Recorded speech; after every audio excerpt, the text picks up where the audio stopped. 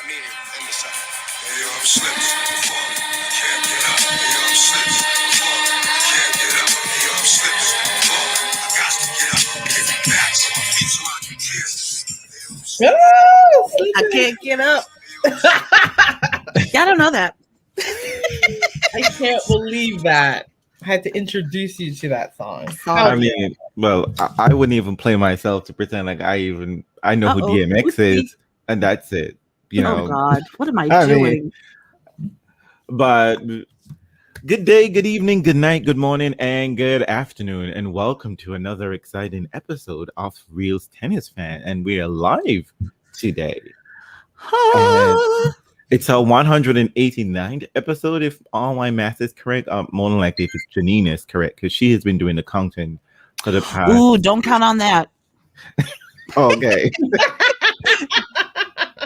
I'm okay. I'm all right. Okay. So we're gonna get our 200 episode pretty soon, people. Is that all? I mean, only like 207 damn years. I mean, you want this to be a weekly show? You getting paid by ESPN? Like, I don't understand. I know, right? I know. Does ESPN even pay anyone? Does ESPN even pay anyone, y'all? Okay. I'm thinking nope. I mean, Daniel is here. With our content that we provide, ESPN would not even be touching us with a 20-foot pole. Okay. I know. We're early. Let me introduce my co-hostesses with the mostesses. We have Andreen from Slowly Tennis Travel. How are you doing, ma'am? I'm very, very good. Thank you. Anything exciting happening in California? No, except for the fact that it is very early for me, so I still have the rest of my night to go. And it's work day. It's like we do like a work day Friday, so the office closes early. So I'm ready to break this whole thing down. Usually you say that at the end. You work at the end in the office? No, it's like the virtual office. Okay. I'm like, wait, what? You can't tell us so early that that I got my whole Friday ahead of me, and you suckers, I know. Friday evening.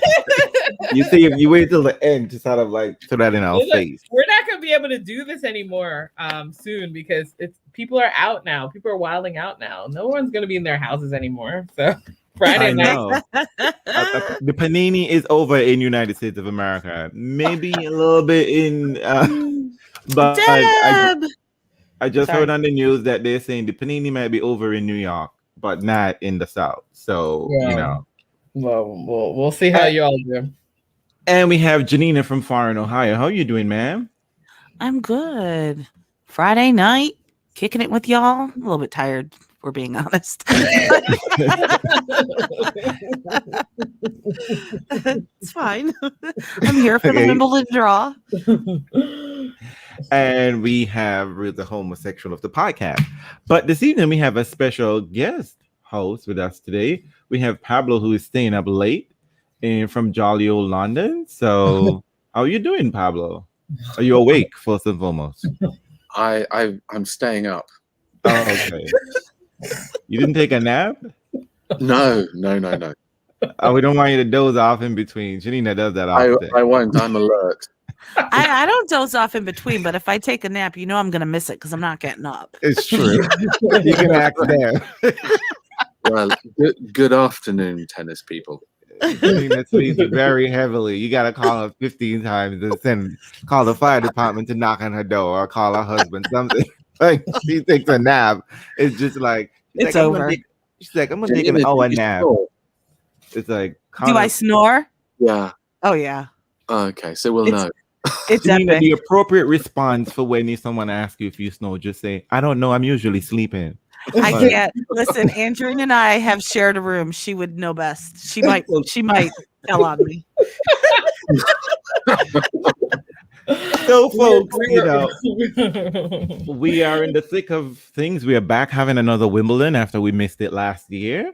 So this is sort of an exciting. People are, it's not our first full because it's not normal, right? I think there would not be so many. The crowds won't be full. US Open is gonna take that on and be like, we're gonna have a full US Open. So Wimbledon is going to be in that middle period where it's like we're kind of normal, back to normal, quote unquote. So, and it should be exciting because everyone was looking forward to grass, and everyone has been like, "Oh my god, I haven't played on grass in 2 years." So, folks are definitely looking forward to the grass as opposed to. Which is exactly why our theme says slipping and sliding. This is what we're expecting and hoping for. And a little bit of horror. Exactly. Today episode is slipping into a horrific Wimbledon. And you guys, I totally forgot that we didn't have Wimbledon last year. Yes, and Wimbledon give money. I'm sure some of these people are gonna be like, you know what? Let me have that check. Let me have that money again this year. Let me just skip this. But let me acknowledge. Yes. Don't forget, Wimbledon paid out last year. That's right. Unlike the PTPA, is that what it's called? The PTP and the Post-traumatic players. No, we have to be very encouraging. They had a so let's get into that quickly. Before we do, let me just acknowledge Afua is here. And we have Daniel and Deb, I see in the chat, who are willing to talk. And all the secret listeners, you know, Reels love you. So okay. I got a text from Maya, and she's like, "Oh my gosh, I might be late. We're making a Costco run." And then she says, I can't turn it on in the car because little ears. And I'm like, yeah, no, we're definitely not family friendly. I want her daughter to still like me. Well, I'm glad you're thinking ahead. I was talking on the phone with my sister, and I was cursing, and she just like, Maya's like right here, it's on your speakerphone. So I was like, oh, sorry, my bad. Well, there's nothing like confirming that you don't hang around kids a lot when you start just sort of naturally talking and only curse words come out. Well, or you just, confirm that you speak whatever way in front of your child, like me, and I'm like, listen, motherfucker. No, I don't do that. When I deal with my nephew, I usually have to say out loud, I say, you're a child, I'm an adult. I don't want to hurt your feelings. Please stop. Like, stop talking. Like, right now. Like, I don't want to hurt your feelings. Because he had this look on his face like, I'm a child. Just like, children don't say what you just said, okay? So please, But yeah, so we have a lot of news to get into. Look, folks, we didn't forget that the French Open happened, unfortunately, but I mean, congrats to the women's winner, as always. On the men's side, it's like, whatever. I mean, listen, you can't be mad at Novak Djokovic for the comeback of the year. Oh my god! Rawr.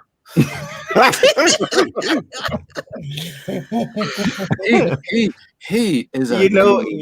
Whenever I see Nole at the French Open, reminded me of like watching WWE. It's like you see all of this nonsense going on. You just know it's staged. It's just all staged.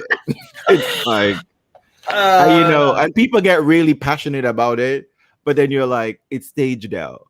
I know that they're fit. I know that they do the workouts. I know that they have to take a lot of energy and effort to throw each other around and fake punch them, but it's still not real. It's just not. Well, it certainly felt like that. I mean, I have to say props to him because I didn't necessarily think that he was tired, but he certainly did the rope-a-dope. And so hopefully Stefanos has learned his lesson, which is I sure hope he did. But you know what? I feel I don't like play Giannos, but I feel bad for him because he kept getting caught in this trap. Remember, he got caught with D Vidal in 2017, I think it was. No, 2018 or 19, I think it was. He was like, that was not the man that I thought I was gonna play because I beat Federer, and I thought, just like, what is this man? Like, who is this dude? Like, this is not real. Like, Nadal cannot be a real person. And then he got caught in the French Open final, and he took the first 2 sets, and he just thought, maybe I could take a break in the 3rd set, but I'm gonna catch him in the 4th, right? Never do that. Man's serve was not the same thing. I don't know. He said I don't know what he every did. Serve in the first 2 sets. He's just like in the 3rd, the 4th, the 5th. That was not the same dude. Not the same server. Firstly, I thought it was going to be over in 3 sets, but Novak So won was I. 3 sets. And then when Stefanos went 2 sets up, you could see Djokovic just when his timing is just slightly off, he's beatable. But when he connects, there is nobody, absolutely nobody, who can stop him. And he just moved into a completely different gear, and he just brushed him aside in the final 3 sets. I'm So glad boring. Pablo still. I'm happy that Pablo still believes in miracles. You know, and, I know. and Santa Claus. You know, But having all said that, things nice. Daniel says, "Let's move on from the French." But- I I agree. still, no. Before we do, I still think Djokovic is a ghoul. He is a really odd person. I mean, And that semi-final ending, you know, when he did a sort of Petra Kvitova primal scream thing. It was no, Petra has more class than that. We're not gonna put Petra under the bus like that. I mean, Petra puts herself under the bus in any, but we're not gonna do Petra like that. No, not no. Yeah, I agree no. with Daniel. Let's move on. yeah. I'm But anyway. enough for that slam. It was boring. All right, let's move on. So So- speaking of Nola, we have the PPPE, the PTA, the PPTA. PPTA has come back again. They put out a press release and they had a streaming. I did not watch the streaming video. You two watched it. Tell us what you saw. Like I'm gonna reiterate, I guess, in Twitter. So when you take those like really boring literature classes, like early English literature, and Virginia you have to write Woolf. those essays, not even Virginia Woolf. We're talking about like Sir Gawain and the Green Knights. We're talking, Beowulf, right? Oh, And you didn't read all of the old English books, and you just have to write the essay, and you just put whatever. This was what this conversation was about. I mean, like, these people have, I mean, they're fighting for something. I mean, in theory, like, I always believe in unions, that workers should get rights, unless because the man who's controlling the purse isn't going to concede anything. Power is unwilling to concede unless forced to do so. We know this. But these people have this is a stunt. I mean, at this point, we've been over a year and there is no real clarity as to what it is they're doing, who they're doing it, who is involved in this thing. And I mean, I think we saw something where they literally put their own home address on it. It's just amateur mistakes. And it's they don't even have like the right set of people in the background who could do the talking for them. And they're just constantly like, oh, Nole refrain, and so is Vasek is oh, we're doing it for the smaller guy, like Nole said, like Vasek and I don't really, I'm not trying to speak for Vasek here, but like we don't really need for one for anything, etc., but we're doing it for the other people. Boo, last year when you had a whole pandemic going on, you people did nothing. You literally refused to give the younger players, the lower rank players, any money. You came up with some bullshit scheme and here you are talking about I don't need money, but yet all you could come out of your pocket was to pay them $10,000 and tell them, scramble for this money. It was ridiculous. And at this point, over a year, like I forgive you in the US Open, you stumbled over that whole proceeding and you had a photo op and whatever the case may be. One, it's still not even clear if women are even involved in this situation. No, they said something. I had a conversation with Serena. So did I on Twitter. No, he had a conversation with her husband. Oh, wow. That's very Serbian of him. But and the thing about it, this dude has nothing to do with Serena's business. He's just Serena's husband. He's no way involved in her business. So having a conversation with the husband, what does that mean? Oh, how are the kids? Well, kid rather. That's all that's going to be, right? Daddy duties. And it was really, to me, I was so unimpressed because I think in the year 2021, there's so much access to information on unions, on players' rights and workers' rights, et cetera, that they could have come up with something far more substantial, something much more clear to provide other than we're trying to help the younger people, the lower rank player, because that's what everyone says that they're doing. That's what the player council had done in the past, right? It had increased money for the lower rank players. So what specifically are you trying to help them to do? Yes, you feel like you're shut out of the conversation, but you're still shut out of the conversation with this. The ATP has no reason to talk to you, like just absolutely none. and you can't even force their hand unless you're willing not to participate in any of the events, and that's you're not willing to actually have a strike. But again, why would you even have a strike when you don't even have a clear map of what it is that you want and what it is you would like for this organization to do for you? So it was just, to me, it was just an absolute waste of time and quite silly. So unfortunately, we're not getting a lot of information because in theory, this is a good thing, right? But it just seems so shallow at this point. I mean, I'm willing to wait. Is it a good thing? I think it's always a good thing if you're trying to mobilize the people for the greater good. And if we're to believe what we're being told, that's what the ultimate goal is.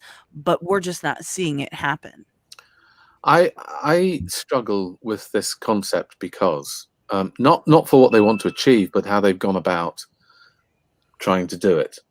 And just briefly, I would say they set themselves up today. They registered as an organization just today. And they've set themselves up as a board of trade in Canada.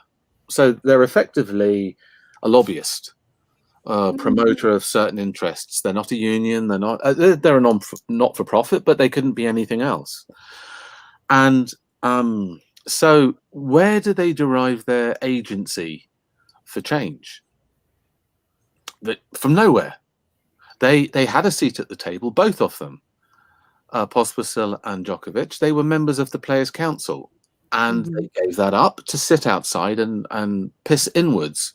And scream and try to bang on the door, and they don't even have access to the door anymore. So when they say, you need to share information with us, Reels is right. The ATP just says, well, you sat on the council, you could have asked all of these questions. You could have organized a boycott from within the council, but you flounced out. So why should we talk to you? You have no standing in this. You're not even going to unionize. So I think that what has happened is the reality of the fact that you can only unionize if you're employees, really.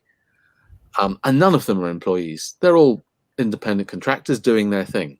They will not, all these guys will not commit to collective bargaining like you see in the NFL or the NBA or whatever. They're not interested. And then they're just not at that stage. That takes maybe a decade of discussion and negotiation to evolve. So they're literally just screaming from the outside at the moment saying, don't vote for this and don't vote for that. But we won't partake formally in these discussions because we don't have any standing.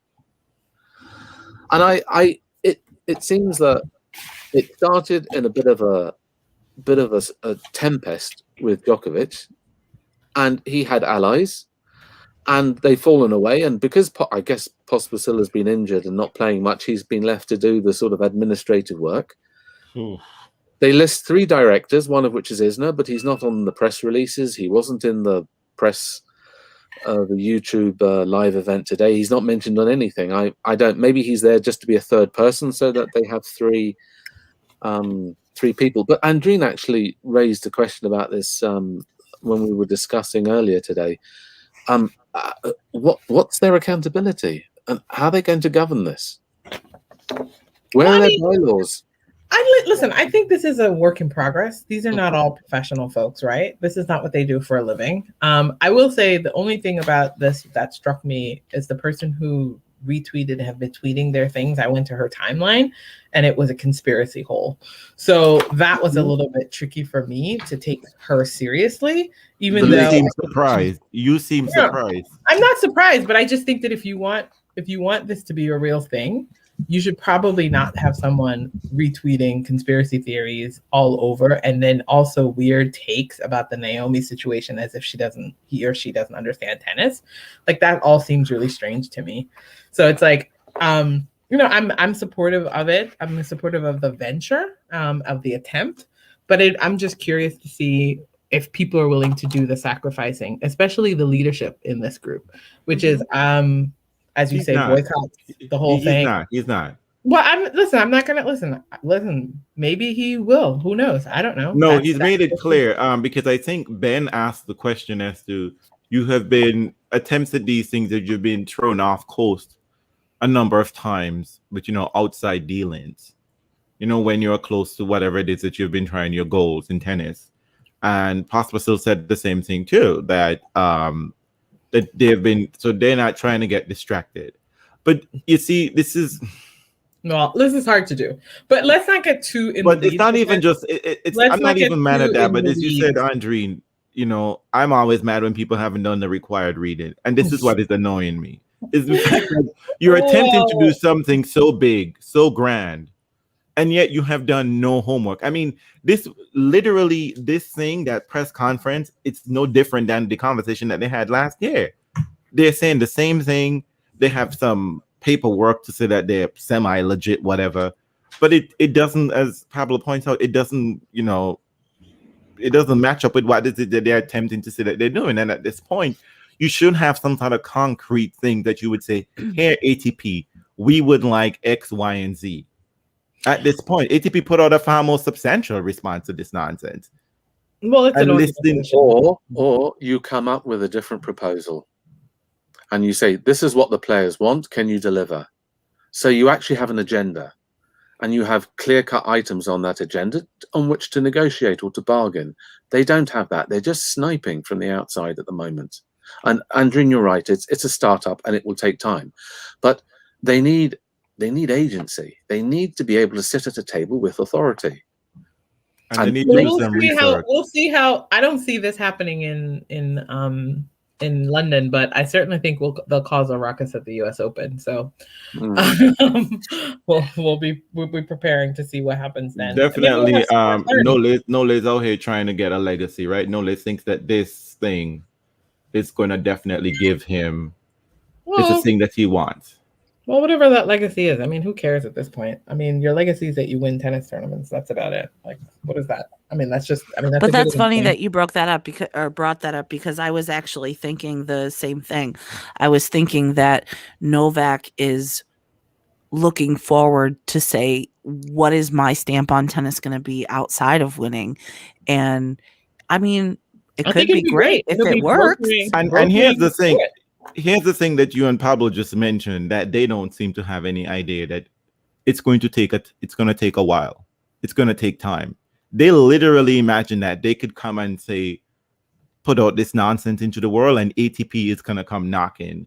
I don't think any of those things are true. I really don't. No, honestly, you should. No, I don't. I honestly don't believe that. I really think that they understand that they're up against something very big, and I think they're very secretive. I think they are wisely secretive. The idea that they're naive, I don't think they're a naive group at all. I think they're completely aware of how difficult this is going to be, and I think they're really. This has always been the challenge. If you're going up against a big organization, it's always going to feel like a scrappy thing. So to me, that's not the problem. And I don't know everything that's happening. I don't think any of us knows everything that's happening. And I don't think that's their intention. We all know that they like to operate from a secret space. I think Isner does. I think Novak Djokovic does. So the idea that they were going to put together something that was really transparent feels like an off thing for me. And I don't know how you can critique that. Because I don't know what they've said to the players. None of us have. None of the players are talking. Well, they claim that there are lots of players, though I'm sure they are. But again, when you are putting together a union, do you let everybody know? Isn't it usually in secret? Well, that might be true, but I think we have to figure out what the animus towards this is. Like, we want good things for these players. So being upset about this feels weird to me and out of sync. Like, maybe Novak is not a good leader for that, but I think the intention and the hope makes sense to me. And the idea that you're going to do this all out in the open feels like a weird ask, right? Like, that's just not what you do when you're going up against a massive organization with paid fair staff, enough, but right? I guess my qualm with this is that I'm not against the effort. It's just who I see pushing this. These they've not been responsible caretakers, not even for themselves. In general, yes, for sure. To think that they're going to be really caring and concerned about the well-being of multitudes when they can't even take care of the singular. No, I mean, I think self-interest. I think self-interest is a wonderful motivator at the moment for these folks. The idea that they care about the little guy is a little bit of a stretch, but I think they care about themselves.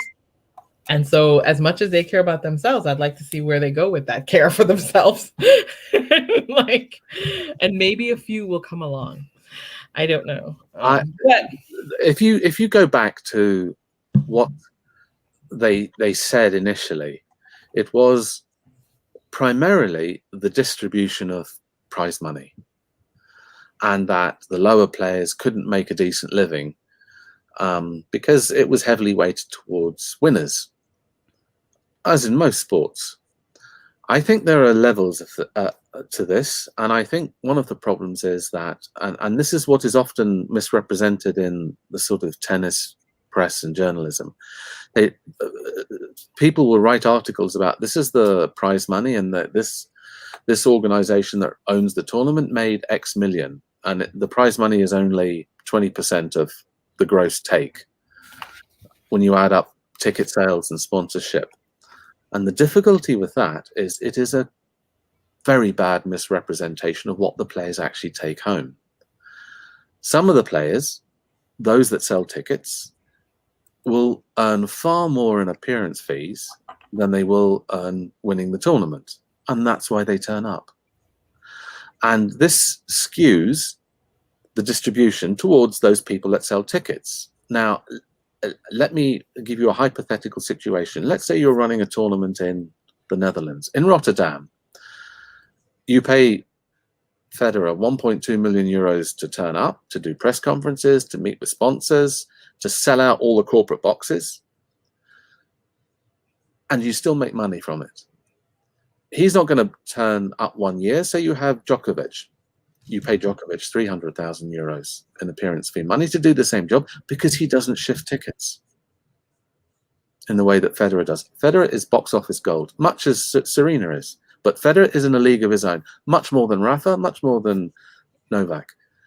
And that situation irks certain people. And I feel that it is fundamentally at the root of why this has come about. I don't get what I deserve. I'm better. Well, I guess time will tell, hopefully. I mean, eventually, I agree with everything Andreen said. They're not going to put everything out there. It feels weird to me because I feel like they're telling us that they want to do that, but we're not seeing it, and that causes a frustration. But again, if it turns out to be a good thing, then good for them. Good for them. If it's like Pablo says, and someone is just kind of being a crybaby behind the scenes because, they feel they're not being treated fairly. If that's your motivation, I don't know. Well on you if it works, but I think we got to kind of wait and see. We just have to wait and see. But that's not why we're here, right? So let's dig in. Is there any other news we need to touch before? Well, Nick is back, so that's exciting. I was so happy to see him in my draw, and I was like, I took him far because that's what I do. Apparently, there is a Nick watch. I'm more here days for in it. Melbourne. 3 more days in Melbourne. In Australia. I'd be happy to head that. I think I have him going out in the first round, but we'll come to that. There is one little. There is only because he's out of practice. There is one little news item which doesn't seem to touch on tennis much, but I think it does actually, and it could be the end of an era. The NCAA went to the Supreme Court to try and overturn lower courts' rulings against paying athletes, basically. It was a very small case. I don't even remember the guy, Alstom, who took a case against the NCAA. And effectively what the Supreme Court ruled in a 9-0 ruling was that colleges could pay for postgraduate school tuition. They could pay for study opportunities abroad, give them laptops and extra tutoring and awards for being good at school. And they could pay them directly, which was kind of against the spirit of NCAA. And NCAA fought this all the way. They got torn apart in the oral hearings in the court. And not only that, many of the justices said to them, you bring any case up to this court where you're trying to stop athletes being paid for their labor, we will throw it out. And I think this means a lot for college tennis, where you have people like Anderson who came through, Danielle Collins, a few other names, Cameron Norrie. I saw what you did there, Pablo. Don't Yeah. be playing. Don't be playing on Daniel Collins. Danielle. She would Danielle sue came you, through okay? the college circuit. Because what happens basically is there are two sports that make money within the NCAA. It's basketball and it's football. Mhm. And these are predominantly black athlete sports. And they bring in billions. And the coaches now make millions off the labor Yep. of these athletes. These athletes don't get a dime for it. And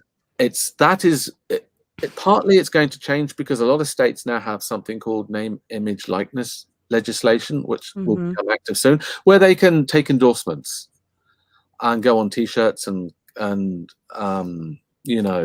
basketballs and things like that and earn some money that way. But there are literally billions that flow into the NCAA, and this money comes from basketball and football, and it goes to subsidizing all the other sports. Now, a lot of the other sports, all the other sports don't make any money. They operate at a deficit. You can't tell the lacrosse guys that, though. That is No, the thing. well, that's the whole point. That's one of the sports, and thank you. Lacrosse, tennis, swimming to some degree, golf, what I would call country club sports, which are predominantly white. They then suck the subsidies out of the revenues generated by football and basketball. So you effectively have this economic shift of black labor earns it, white participants spend it. And that is just, it's insane.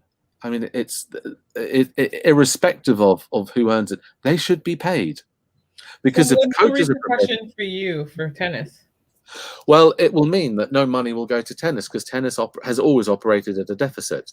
And the other thing about tennis, what makes it more vulnerable than, say, track and field doesn't make any money, but track and field is important because that's where you get your Olympic runners and athletes from. Tennis doesn't work like that. Very few of the tennis players, of the college tennis players, go on to Olympic level, and more than half of them are international students on scholarships.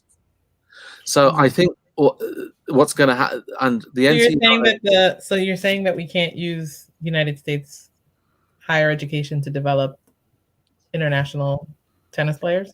No, you can do it, but who pays for it? Is that what you're trying to say? Well, I think a lot more athletes would probably. I think right. for track and field, I think the flip side, some sports might not survive, some will die, some will.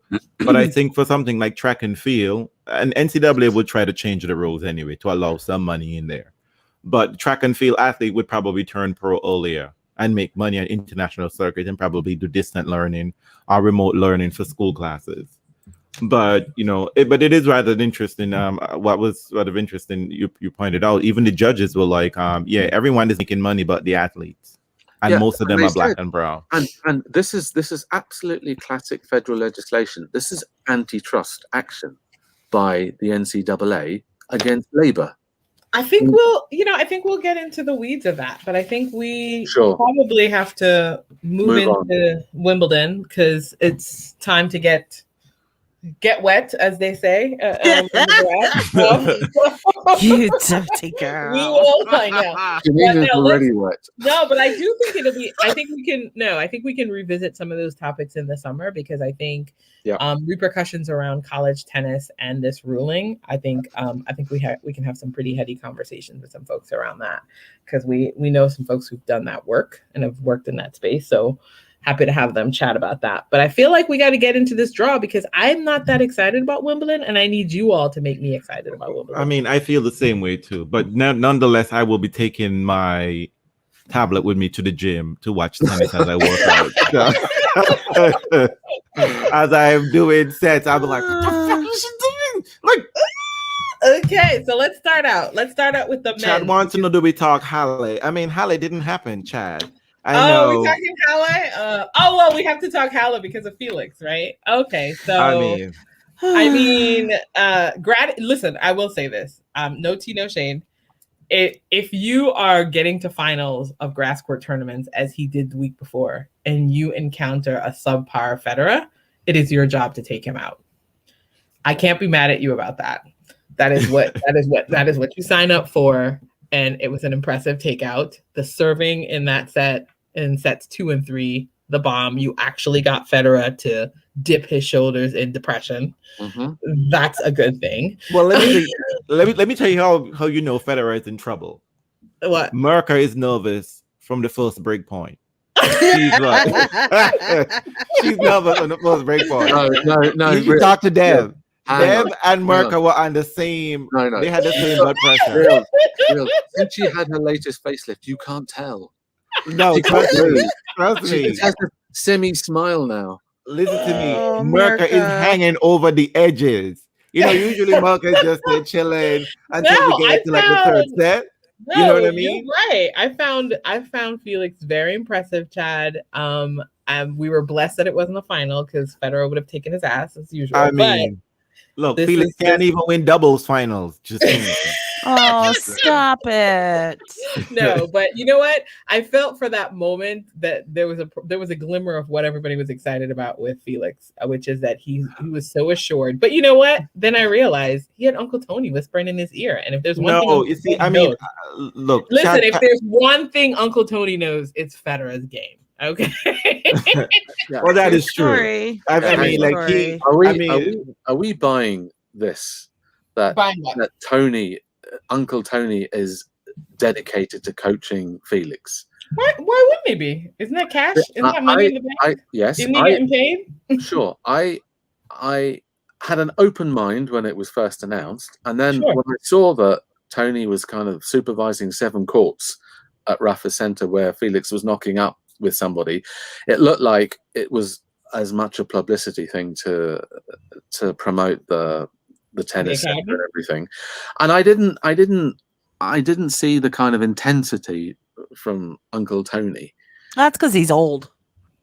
I mean, what do you think? Like, what would be the point of this? That Felix is. I feel that he went to the tennis center to practice for the clay season. But Tony kind of took him under his wing, but it's not a kind of.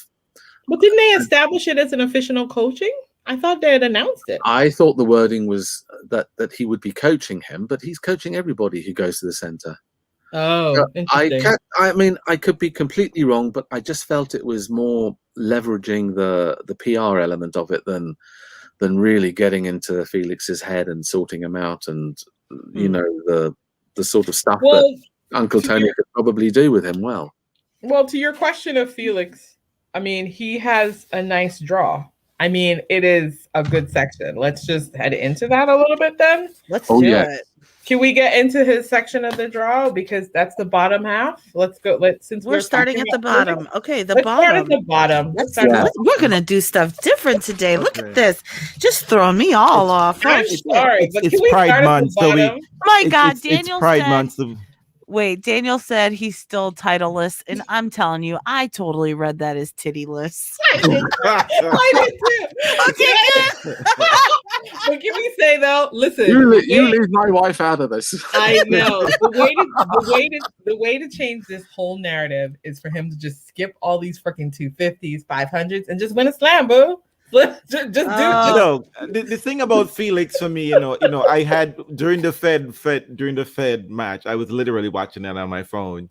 You know, Felix literally threw away that first set, right? Like Federer won that set and just experienced some guile, and I was just like, Felix should not be allowing Federer to be out here looking the way he is, playing the way he is, pickpocketing this match from him, and then Felix just started to play better, but. The thing about it is like there is just nothing about Felix's game that I find particularly impressive. There's just nothing that he does. He doesn't inspire. You know, I'm gonna say, I mean, he's like Lindsay Davenport in the sense that. Stop. No, wait. Let me finish. Let's hear this analogy. Let me hear this analogy. So Lindsay Davenport comes on court, and there's just nothing you can read off of her, right? There's just nothing you can read whether she's in a good mood or a bad mood. The only difference is that Lindsay had solid technique and she had kill shot. Felix doesn't have any of that. There's nothing you can read off of Felix that makes you gonna think that you're gonna be afraid of Felix. Just nothing. He isn't gonna blow you off with the forehand, no backhand, no serve. Even his energy level and intensity, he can't even give you a Petra growl. You know, so So to me, it's just like, I mean, I want great things for him, but I don't even get the sense that he is even willing to. But I forget. How old? So he's 20. He's 20. He's only Okay. 20. Listen, If he's 20, he should have all the energy in the world. Yeah, I think he has the energy, and he's sprightly, and he can be dynamite, particularly on grass. But I interesting that you compare him to someone like Lindsay Davenport. Davenport was the archetypal ball basher, but she did it better than everybody else. And Right. go with it.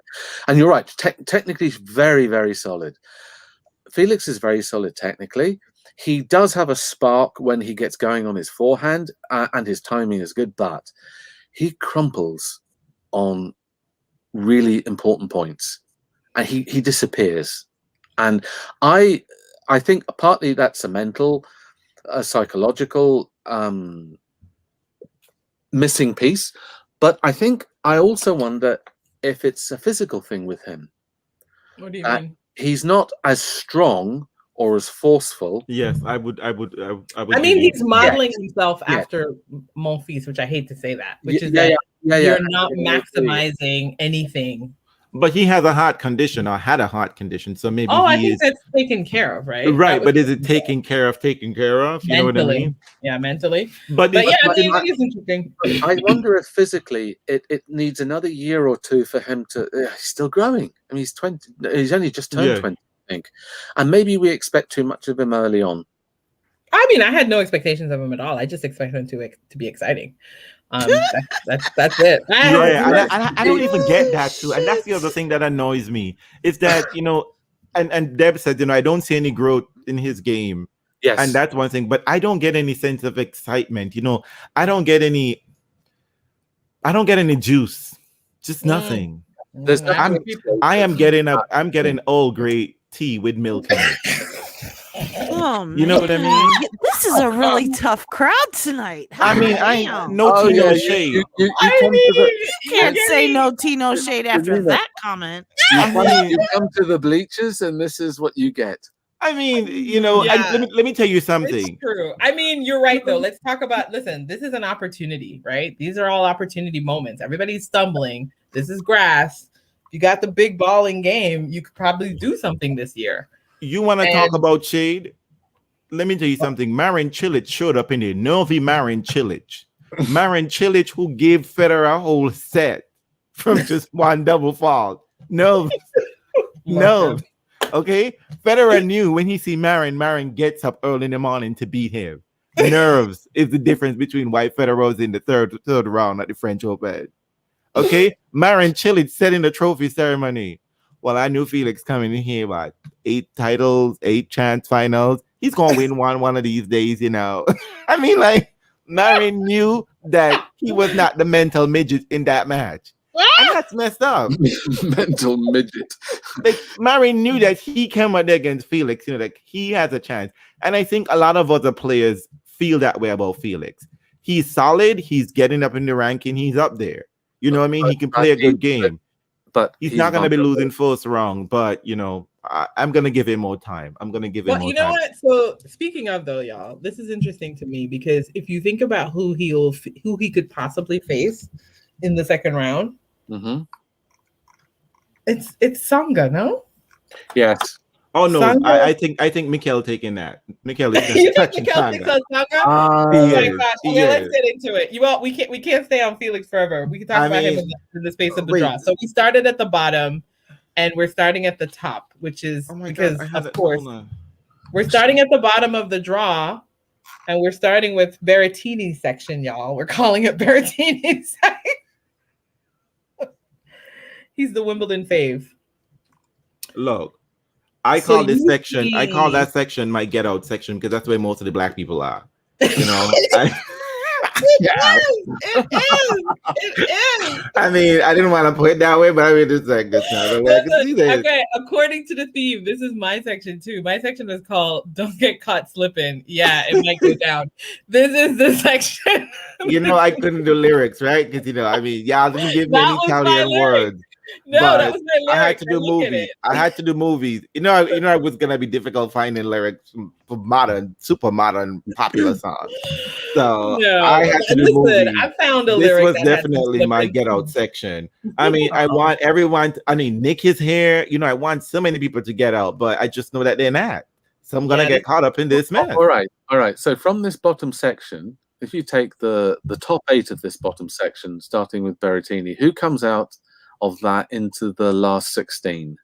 Berrettini for sure. Yep, I have Berrettini. So Berrettini you see, for sure. That far ahead? you see him getting past Isner. Oh, I mean, I don't even think. I think it's not going to fall to Nishioka. I mean, I'm trying to be like. I totally struggled over that Nishioka Isner matchup. It's not I really going to did. play well on grass. I'm still gonna give. I'm gonna give Isner a chance to make it past the third round at least. No, no, to the third round. I mean, look, Isner struggled over Mahout for 3.5 days. I mean, that was telling you. When you say it like that, oh, I mean, the problem is the second serves are bouncing over Nishioka's head. Nishioka gonna slice and dice that fool till he dies. See, I think Berrettini has a much better shot at Isner in the third round. Yeah. No, I think, but I watched Berrettini at Queens, and he has such a good grass court game. Mm-hmm. And it reminds me a lot of the old Americans, just predominantly very, very good serve. Gets him out of trouble, and he has very good pace, and he's very quick at the back of the court. And you get the difference on grass. You just get so little time to prepare your shot. So he doesn't have complicated ground stroke technique like Rafa has, but I mean, takes half a minute to set up. He's very fast, very quick on the turn, and his backhand won't be a danger here. And he really believes himself. He backs himself on this surface. I've seen him play in the couple of the tournaments. He really backs himself on this. He moves better. He moves the best of most of the people in this section, which is why I give him a chance. Like, even though he has calipers for legs. Well, that's all you need. They're stiletto heels. I swear to God, every time I see that dude, I think he's gonna break that leg. He's gonna break his leg. Yeah. I mean, it's a good little section. Look, I'm going to tell y'all something. I know y'all think he's not getting into the third round, but if Nishioka don't take him out, Mutet is going to take him out. Janina met Mutet for the first time a couple of weeks ago, last week, and she was just like, "Reels, did you watch tennis today? Because there was this guy. He looked like." I was just like, Mutet. She just he was saying it's Mutet. I said, I know exactly. I said, you don't have to finish. I know you're talking about Mutet. She just he looked like someone just like put on a dad pants and some. It's just like, yeah, Mutet looked like he would bite your throat out. Like he just looked like. He looked like he wandered in off the street. He's a rapper as well. He's released a few rapper in France. Yeah, I mean, rapping Subway sandwiches is that kind of rapper? W rapper? Like you can't be talking about. Is it in English or French? French. It's in French. There's a very lively French hip hop scene. Just so you know. I don't have him getting getting past Bedene. I don't have him getting past Bedene either. And I mean, your Aslan guy's here, but I don't know how he is on grass, but I don't see him. He's not that good on grass. I don't see him getting past Chardy. I think Chardy is perfectly fine to look get out at of y'all. Look at y'all. If we're looking according to the chat, if we're looking for when Felix might meet Mateo, if Felix did anything, it would have to be in the quarters. But I have Felix going out to Nick Curious. Oh, okay. I do too. But I don't even think Nick Curious can move. Okay. What about that? He's probably not going to move. What about the second 8 in the bottom half, starting with Karatsev? Yes, that's Karatsev to Rudd. Yeah, I think actually Chardy is the strongest there. I'll be honest. I think he's. I would say Ivashka is a dark horse. Which one? Ivashka? Ivashka, the Belarusian. He's been playing fairly decently recently. Karatsev, despite his acceleration up the rankings, is not a grass court player. I'm not even sure he's played at Wimbledon before. I'd love to see him go far because All the Well, tennis. it's a good section. It's a good section for him. I mean, like Kay has never really been distinguished. No, I'm not sure he's 100% fit. So I don't really listen. Kay's job is never to stay, fit.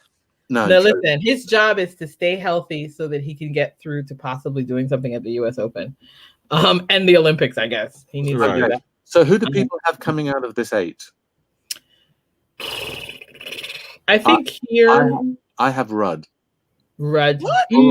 Kasparud. Kasparud. I don't know. I don't know. I like Chardy for that round for some reason. I just think he'd be more comfortable. You see, I don't think Chardy's winning anything.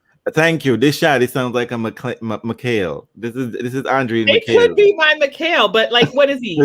He gets Aslan in the first round, who doesn't necessarily play that well on grass, and then but Shadi hasn't been playing well anyway. So and he's old. Playing well. Chardy has been playing well. And then if he does, then he's got to play Munar, and if Ivashka, maybe Ivashka takes him out, but it's an open section. Let's just say right. Fair enough. Fair enough. Not a lot of clarity. Okay, the next 8 is Felix down to Hugo Humbert. And we've got. Listen, this is Felix to win or lose this section. But Nick might not get past Humbert because Humbert has been playing well. Humbert won. Nick is getting past him. Damn it. Humbert won highlight. No, I mean that's a real bad thing, right? Sadly, I don't have Nick getting past. No, Nick probably will struggle. Yeah. Although I like his chances for liking grass and showing up and being like, let's go. I mean, he's still prepared. And the crowd would definitely be with him over Humbert. So I mean, who isn't? Humbert is dull, but I know everybody loves him. So we always love the boys who have mothers. I don't think Felix will be too troubled in the first round. He has a clay court. Brazilian, Thiago Monteiro. Tsonga. Oh, Felix versus Tsonga. I feel like that's going to be some sort of weird match for me emotionally. It's going to be Felix versus Yemir. Oh my god! Actually, Mikhail, actually, you're right. Mikhail had a good clay court season. But listen, you don't think Tsonga can do something at Wimbledon? Not 3 sets. No. Best of 3 sets. Right. Not anymore. I'm not one to criticize people for carrying extra weight.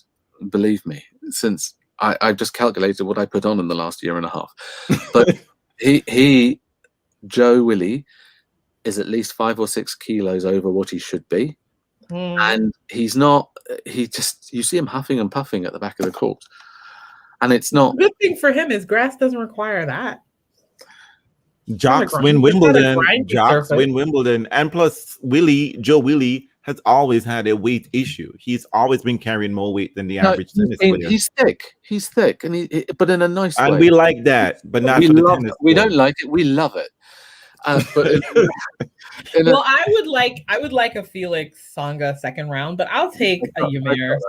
I'll take a Yamir Felix second round as well.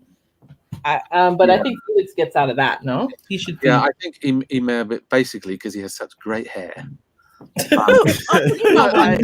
That's one thing we don't have on the men's. No, you don't have anyone with good hair. We really don't have good hair. So no, I'd like to see Nicole. Sorry, Janina, I'm being serious. Janina's worried about teeth, and he's worried about hair. So yeah, yeah. How are his teeth? He's got great teeth. Actually, I think him and his brother—they've got good teeth. Okay, so I think that the next section, which is with our man Fed, is tricky. I'd say. Oh no, there's a bit before that. Think it's there's tricky? section Fritz to Zverev. Fritz to Zverev. I'm not worried about that. I think this is a really boring section. You've got Johnson, you've got Sangren. Yeah, that's boring. It's the American section. This section, Federer's section, those people, yeah. It's the American section. I think Fritz is fine there. I just think you could just throw this whole section in the trash. Just like trash it. Oh my gosh. Yeah, no, I no. Not one of these players will be missed. No, but who's going to make it to the last 16? It's Zverev. Zverev will. At this point in time, it's discipline. It's just they would love for Fritz and Zverev to play that match in the third round. I would like to see it myself. That would definitely be a But let's pretend this section that 8 didn't happen. We can move on to Fed. I call it the quiet place because I ain't trying to say nothing. I'm just hoping that Fred squeeze out of here because No, you know what this everyone's section is? looking for a Fed win. Everyone's No, this looking for a Fed section win. says time keeps on slipping. Into the future. I mean, it's true. I mean, that is my lyrical interpretation of this section. I think Manarino You know what? is a fun little guy to play. It's a little bit tricky, but can't like push Fed off the court. Nothing. It depends. Manarino has had injuries recently. Yep.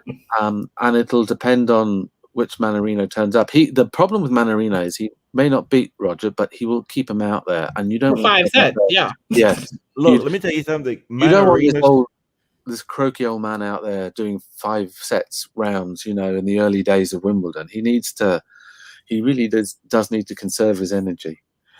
Well, I think that I think this section is fine for Federer. I think I agree. that he's see gonna him. come through easily. Yeah, I he'll think- get Gasquet in the second round. He'll have trouble with Sammy Q, no? Sam Querrey? If Querrey's playing well, and gets that far, which I do have him getting that far, I think that'll be a nice time for him to be challenged. But Federer can handle Querrey. I just want to let you know that I have got Federer's theme song through this, a classic Temptations song. Snake in the grass. Oh no, how I wish it would rain, because he wants that roof closed. I was thinking of him earlier with this theme, and the floaters float on. That's what he wants, just to float on. Yeah, Federer can't have tricky matches. Like we need to protect him in the early rounds. That's why I said this is a quiet place. We need global prayer circles. I'm not doing any of that. Grandpa is here. Grandpa don't need no noise. Look, have y'all ever seen Manarino come to court? He needs to get to bed early. So You know what? Look at the bottom though. That little section down there. Any one of those kids should do well. Sympathetically, you got Chilich down there. I think Struff takes out Medvedev. That's my wish. But are you serious? It's Struff.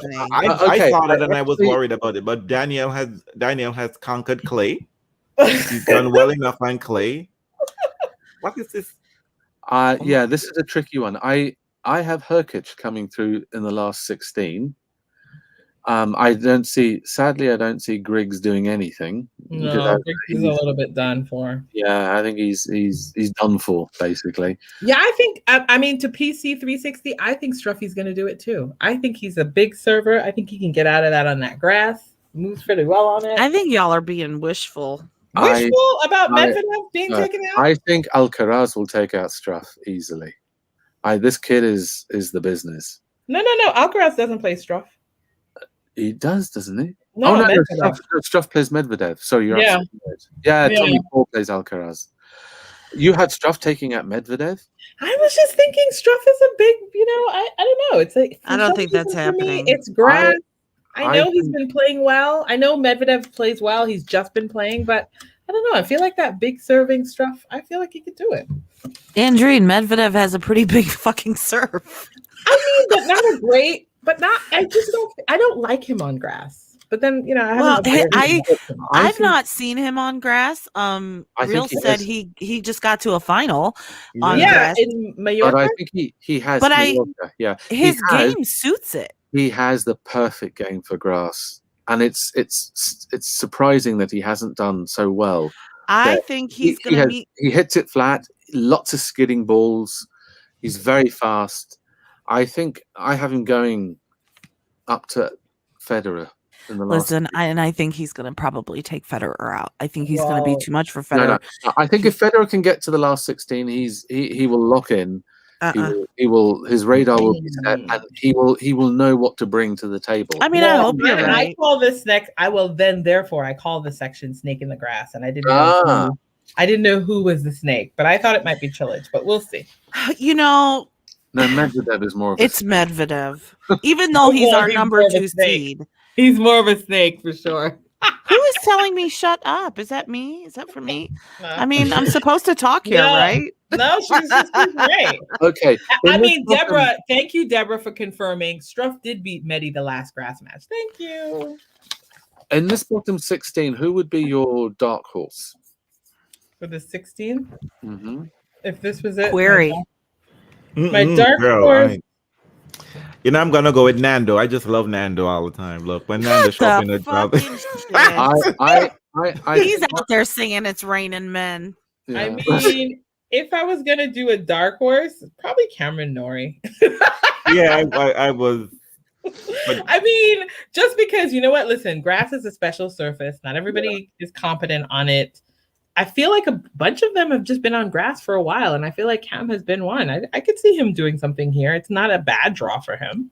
If I had to pick an outsider, it would be Rusevori, the Finnish Where? kid. I In haven't that seen bottom- him. The bottom? Yeah, he's in the bottom 16. Yeah. Oh, I've seen him. Oh, wow.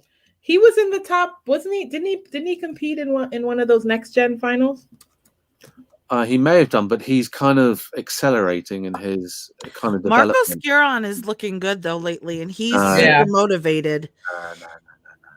You say no. I mean, I know he looks a little dirty, No. but The I game. mean, We like We- dirty, but But we're gonna have to go back to days where these boys, children, have difficulty playing their way out of a 5-set match. Oh, you all didn't even point it out. This is Musetti is in this little section. I totally Love. looked over him. Sorry. Love. I But he I love it. plays Herkic, and I don't think he's getting past him. He is a talent. Rusevori's built like an ox, so got that kind of sort of Viking vibe. Yeah, he's got like Where a bit of reddish hair. Rudy are hair. qualifying? Are they done? They're placed. Yes, Everybody's the placed. place. Where's Cressy? Did he make it? No, Cressy No. got beaten by He another didn't American. make it. Okay, Sorry, Janina. that's all right. Sorry, your Cressy boy didn't make it. I think he got beaten by another American. Yes, Let's he did. flip to the other side because Nole's side Sorry, of the just draw before is we, predictable. before we flip, who are the guys making it to the last 8, the Eight? quarterfinals from that bottom half? The quarterfinals? Mm. We're not going to the quarterfinals yet, Pablo. Back up. We All only right, did the fourth okay. round in the first show.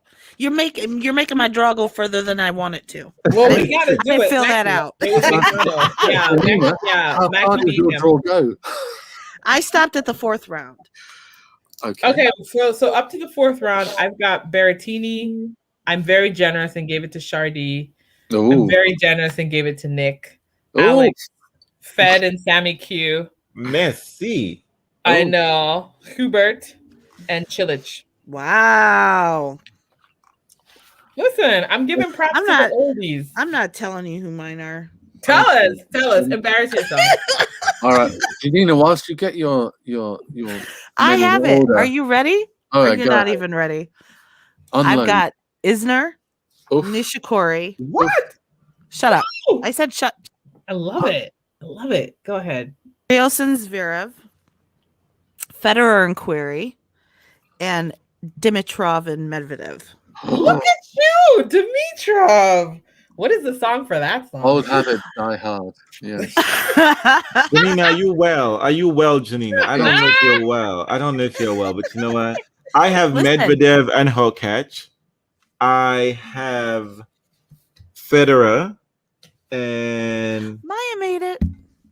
PCB look like he wants it, but I would PCB look like he wants to do something on grass, but I'm gonna give it to PCB because I'd never want to see Sam Querrey thrive. It's just, Oh I'm my petty like that. gosh. And I given it to Zverev, and I mean, because Chad is my friend, I'm gonna say Felix and Good Casper match. Ruud and Berrettini. Ooh. Oh, interesting. Did I've you got. just do the whole draw? No. No. From the But bottom. That was bottom just that half. different from No, mine no, that I Janine, thought it was a different section. What he did is he stole my draw. Oh. I have Berrettini, I have Ruud, I have Felix, I have Zverev, I have Roger, I have Sam Querrey, No one sounds happy about that. I have Herkic, and I have Medvedev. Medvedev. Am I the only one that doesn't absolutely hate Sam Querrey? He's just nothing. Like, I don't care one way or the other. Nobody has. But y'all sound like you hate him. Sam Querrey literally took the pandemic around the world. Like he literally. Oh, that's right. I forgot. I just hope he doesn't catch COVID. I need to get on a flight somewhere. I forgot. And You're he right, was you have to like, do basically, fuck you all. Yeah, we're gonna throw me in prison. Some shit like wow. Wait. I love it though. Yeah, he thought he was going to the gulag when he from St. Petersburg. I like the way that you characterize him though, Janina. A whole bunch of nothing. He is. He is. He, you know, if tennis players had professions, he'd be the accountant. Oh my God. Sorry, listen to me. Don't trust Janina because Janina once described Sam Querrey as mayonnaise. So I don't know why she's out here playing that. I don't know why she's playing that. She has, you know, laws.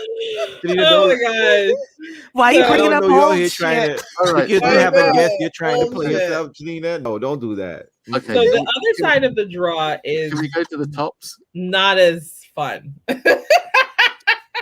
I don't know. I think there's a little bit more flair in this. Fire in this section for you. Yeah. One or two Mm-mm. names. So Listen, let's see who's surprising here. So I think it's sad that TFO is going to say goodbye early. oh, Yeah. first round. Poor Yes. thing. Yeah. I mean, unless you're prepared to surprise us, TFO. In He's which not. case, do He the best you cannot. can. He cannot handle Sissipas, period. He can't. No, I mean- don't see Nope. tits out in that round. He's probably not even taking a set. Nope. And then also Shapovalov and Cole Schreiber. I'm just pulling out some noteworthy. I'm folks pissed there. about that.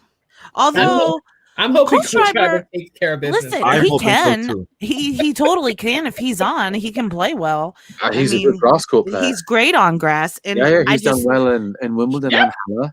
he Yeah, has he's my very good. He love. was playing well in Hala, actually. Yeah, I think he could. But can I know, listen, I love this. PC Fo can take a set. Yeah, I'm sure he can. Let's start out he with one. cannot. And No, then he we'll will move not. our No, way. He you know I won't. don't He like can to take a see set. Plagianos thrive. But Listen. Plagianos is trying to make up for that horrific. Because Plagianos know what happened in the French Open finals. He What know is he lost his straight Plagianos? sets. It's he's Is that a talking about- person? yeah, he's talking about Stefanos. Yeah. No, you know what? There Plagiarism. are actually some really sad first rounders here. So you've got Tons Murray. of them. I mean, I think Nico takes out Murray, but I don't know. Ooh. Oh yeah, I see I'm- that too. I see that too. I had think. that. Listen, was I like, struggled with that. I did mark it as important, but I feel like Murray's gonna let his emotions pull him through on that. I feel like he's gonna get through. What about mm. Kudla versus Fokina? Yeah, Firstly, what do you think of the Spanish guy? I think Yeah, he's it is. two-dimensional. One dimension doesn't exist. Like he was like, I mean, I saw him because he did pretty well at the French, right? He got like did. two, He had a nice round. and it was like I forget who he lost to, but it was just like I was watching practice. It was You know practice. what? You know what though? I always kind of lean towards the folks who come through qualifying, Yeah, I feel like they got especially on grass, especially. right? Yeah. You know, Kudla's been there. He's just been but then also Fokina was injured a little bit towards the end of that match, right? If I'm I not think, mistaken. From the start, I think he had a back issue. Yeah, so I don't really know what his ability is, and this guy's been and Kudla's been there for a couple of rounds already. So that's Yeah, why I have Kudla taking him out. Yeah, no. The guys that go through qualifying on grass you like them, huh? always dangerous. Helpful. Yeah, You know what? Do you know what this is going to look like? This top half is going to look like the WTA. It's going to have one person, you know, and then it's just like, who this? Who? Well, it's Nolan and whoever turns up. It's Exactly. Like, Like, yeah, who Okay. this man? All right. So from that top eight from the tops, Yep. the first eight, is there anybody other than Djokovic making it through to the fourth round or last 16? It doesn't Somebody matter. has to, but listen to me. At this point, I am telling you, it Who's could taking very it? well be Pedro Martinez. Like it's It's not just going to be a gonna be hot mess. No, Like- no, not for this little section. No. I think Lou has a chance, and I think not Monfils because even though I've put him far, I think he's in. I don't Okay. think he's Thank fit. you. I don't think he's fit. I have Gael making it through to the last 16. I mean, I Really? have him going to the fourth He- round, but he that's has- because I he love has. Gael. But look at his draw. He's got. It's an easy Chris draw, O'Connell, but He'll fuck it up. although O'Connell's I played well, mean, he's not highly rated, and he's a qualifier. Listen, Yeah, Diego but- Schwartzman might take him out if he gets through Benoit. let me No, tell you when no. Monfils' chance at winning a major was 2014 Yeah, hang on. US Open. Yeah, but let's stick to this 8 because Schwartzman is in the next 8 and they can't meet unless he gets to the last. Oh, did I fill my draw out wrong? maybe Yeah. a little. Basically, Monfils has Wouldn't to be the get first through- time. Monfils has I to get through Chris O'Connell, and then he has to get through Travaglia or Martinez, which is probably going to be It's Martinez. an easy, He but the has thing is, a he's nice- not fit though. Yeah, He's yeah, not he fit. has a nice run. The problem is he has Garin in that is the high seed, and Garin is not really a grass court player, so I think he's got potential to get to the last 16. The next 8 starts with Schwartzman and Sinner, ends with Sinner, and the only people you've got in here who may cause a problem, it ain't going to be Liam Brody, sadly. Maybe Martin Fucsovic, but I don't see anybody other than Yannick Sinner coming out of that. I think Fuchs. Fucsovic. I think Fucsovic. I have like Sinner. Fucsovic. Possibly. Good game. Fucsovic But playing Sinner. I think that's at least 4 or 5 sets. No, maybe 4 sets. Yeah, you're right. It could be. Yeah. I'm not sure. I think Fucsovic could upset him. Again, what was Sinner doing? Like, has he had a chance to play? Has he got his grass legs? I just haven't seen these boys. I haven't seen anybody play on grass yet. Nobody. No. Period. This guy. Yes, you did. You saw Kohlschreiber and Mutet. And that was scary. That was it. That's all I saw. That was scary. It was just traumatizing. I feel if Sinner gets going on grass, he has everything. I mean, Sinner, yes, obviously, I think he can move well, and I just like the confidence of Fucsovic to me. I am like, you're showing up losing in the first round. I just don't see it. So Okay. Rublev is in this section here, right? So Are we having Benoit losing in the first round as well? Benoit, yeah. Diego's. I do. I mean, I'm mad about that, but I want to see Benoit thrive, but Diego doesn't. Diego loves. Diego is going to run him down. Let's just be honest. This is a great opportunity for Fognini or Rublev. Actually, I think Rublev will take advantage. He'll be kind of like I don't know what he'll be like. I'm not sure. He on scares grass. me. This next 8, I have Fognini coming through. You have him coming a strong through? chance because Fognini. Look at that. This 8, they're all court specialists. Yeah, and also Yolis, Cuevas, Jair, Harris. Yeah. Well, Harris could produce anything. Barrancas. Fognini has a good record against Rublev. Yeah. So which means he'll fuck it up. I mean, he could. It could be. It's a nice chance for him to actually do something out of Wimbledon. That's his thing. I'll never trust Fognini. No. Although I have him getting through to the last 16. No, I have him going out to Sinner. You have him going into Sinner? Yep. In the second round? Oh, yeah. Wait, I forgot. I filled my. That's not true. I have him going through to the last 8. I have him beating Sinner. I mean, but I already took the poison and went for Martin in the first round. So, I could be right. I think changing it up, y'all. Now the next lot has somebody who I'm surprised he hasn't maintained his form. It's not, Tsitsipas. This 8 is Tsitsipas down to Khachanov, and Khachanov is somebody who's kind of dwindled. Yeah, Khachanov. I wouldn't even. I mean, I like him fine, but I think this is Evans and Stefanos. All Daniel has to say is Fognini is so fine. Well, it's true. It's about incredible. Yeah. So I think it's Khachanov. I'm a little bit surprised too that Khachanov just hasn't done it. He's just kind of faded a little bit. The other Russians have come up and said thanks. Yeah, and just passed him by. Yeah. Really there is Demonor. Oh, Daniel Evans versus Lopez. Aww. Yeah, shame, but Evans is winning that one. I picked Fifi for old time's sake. Oh, Fifi. Oh, and Sebastian Korda is down this little section too. Yeah. Yes. I mean, Korda versus Diminar is a good way to eliminate one Yes, upstart. one of the jumpers. Yeah. You know who I think's going to surprise us in this bottom piece? Who? Opelka. Yeah, I have him going far. Yeah, he's been feeling himself. I mean, and he's seeded. So they've been talking about no American man. So yeah, he is seeded 27. Well, see, if Andy Murray, you know how Andy Murray likes a big server.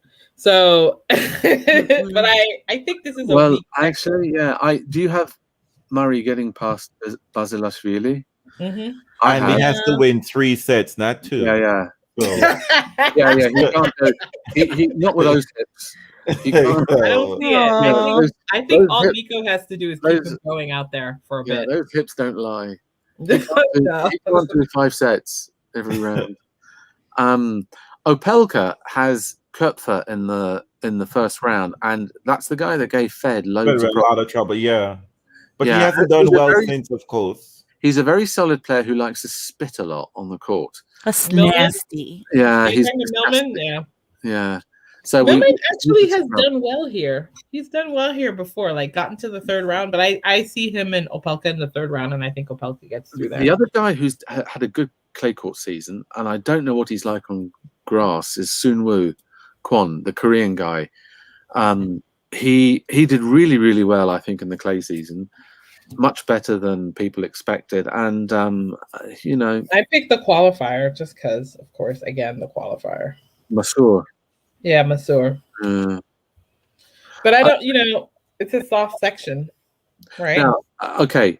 Of that, from Opelka down to Batista Agut, who do you have coming out of that? Opelka for sure. I have Opelka. Opelka for sure. Sure. Then I mean, please don't let Stefano slip all over Opelka. Ugh, what a nightmare that'll be. but from so then from Opelka and Batista Agut, who do you have progressing? My God, is this dry even legal? I mean, what is You're like, who these people? Oh, I mean, like, no, I mean, seriously. I mean, isn't it alone that literally, like, this is a great opportunity for the these people to get themselves potentially into the semi. Listen, you know what they need to do? They need to young kids. They need to watch witch horror movies like The Craft or the Blair Witch Project, and they need to get some voodoo going so that they can. No, I mean, listen, I want someone to take advantage in this little section. It is all up for grabs. It's full of opportunity. Not Andy Murray. No, not Andy Murray. Okay. So are we united in wanting to see Riley Opelka move forward? No. I don't know that I necessarily I want to. I just think he will. Correct. He's under the tutelage of no, stop! Ms. Don't Venus say it. Williams. Don't say it.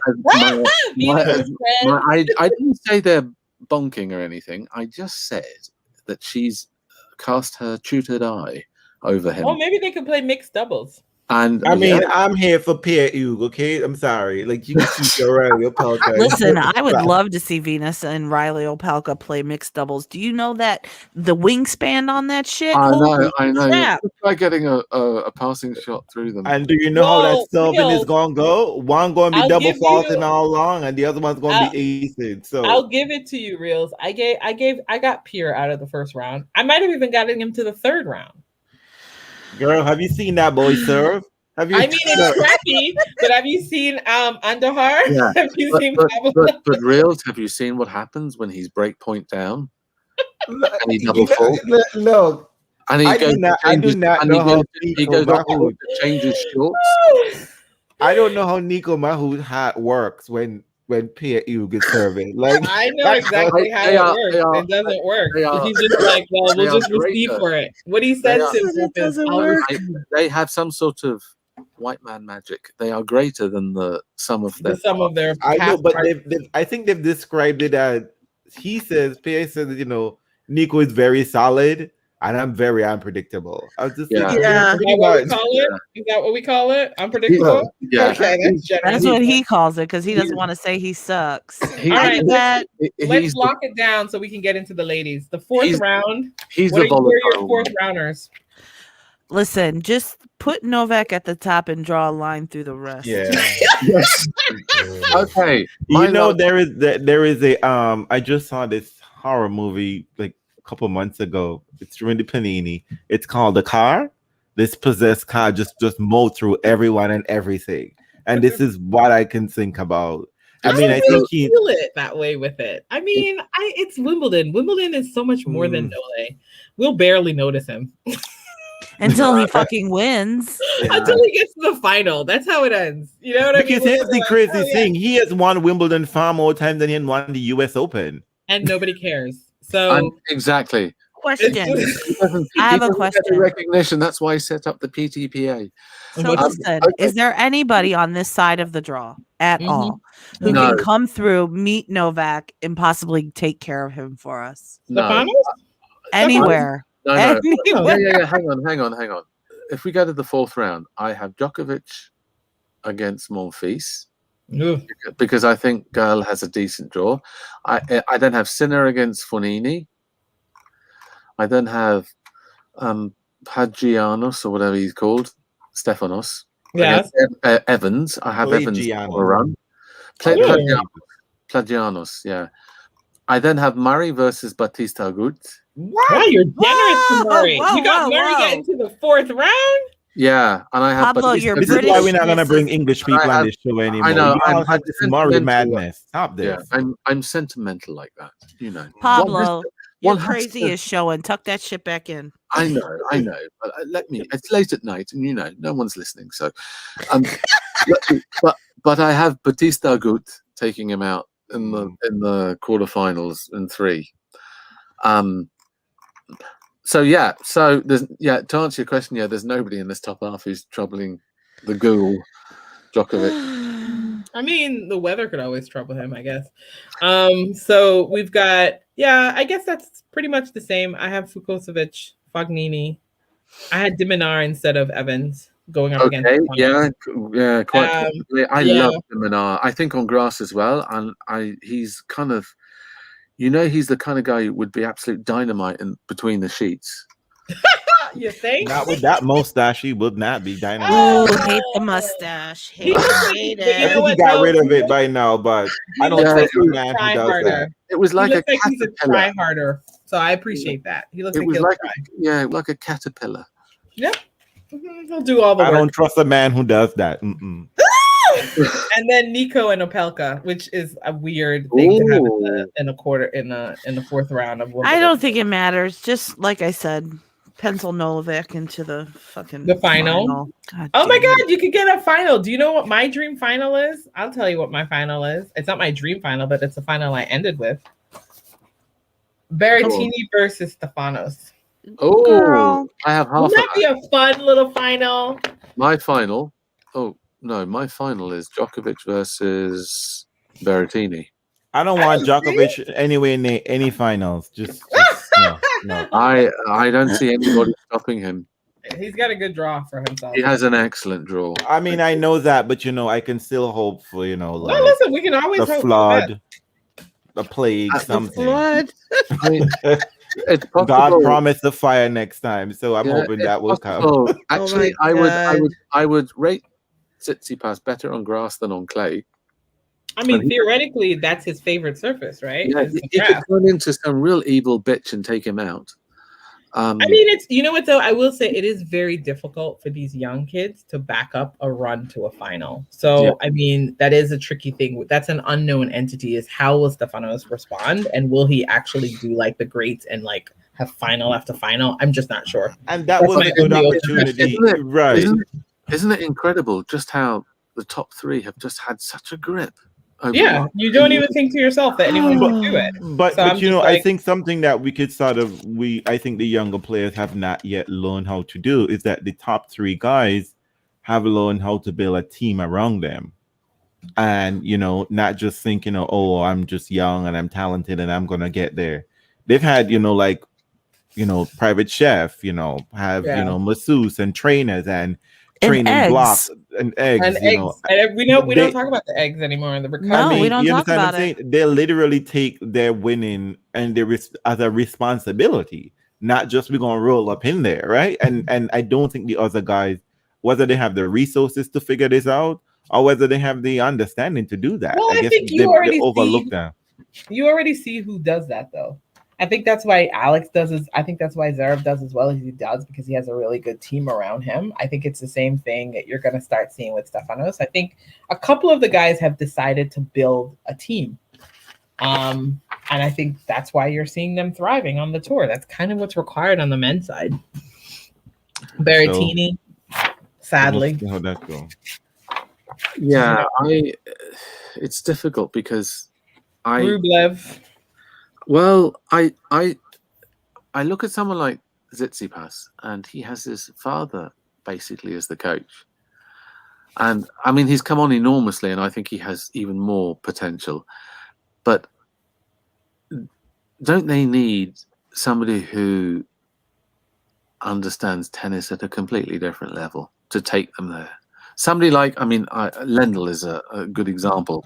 And the problem is that with Zverev couldn't stand Lendl, and Lendl couldn't stand Zverev, so it was never going to work.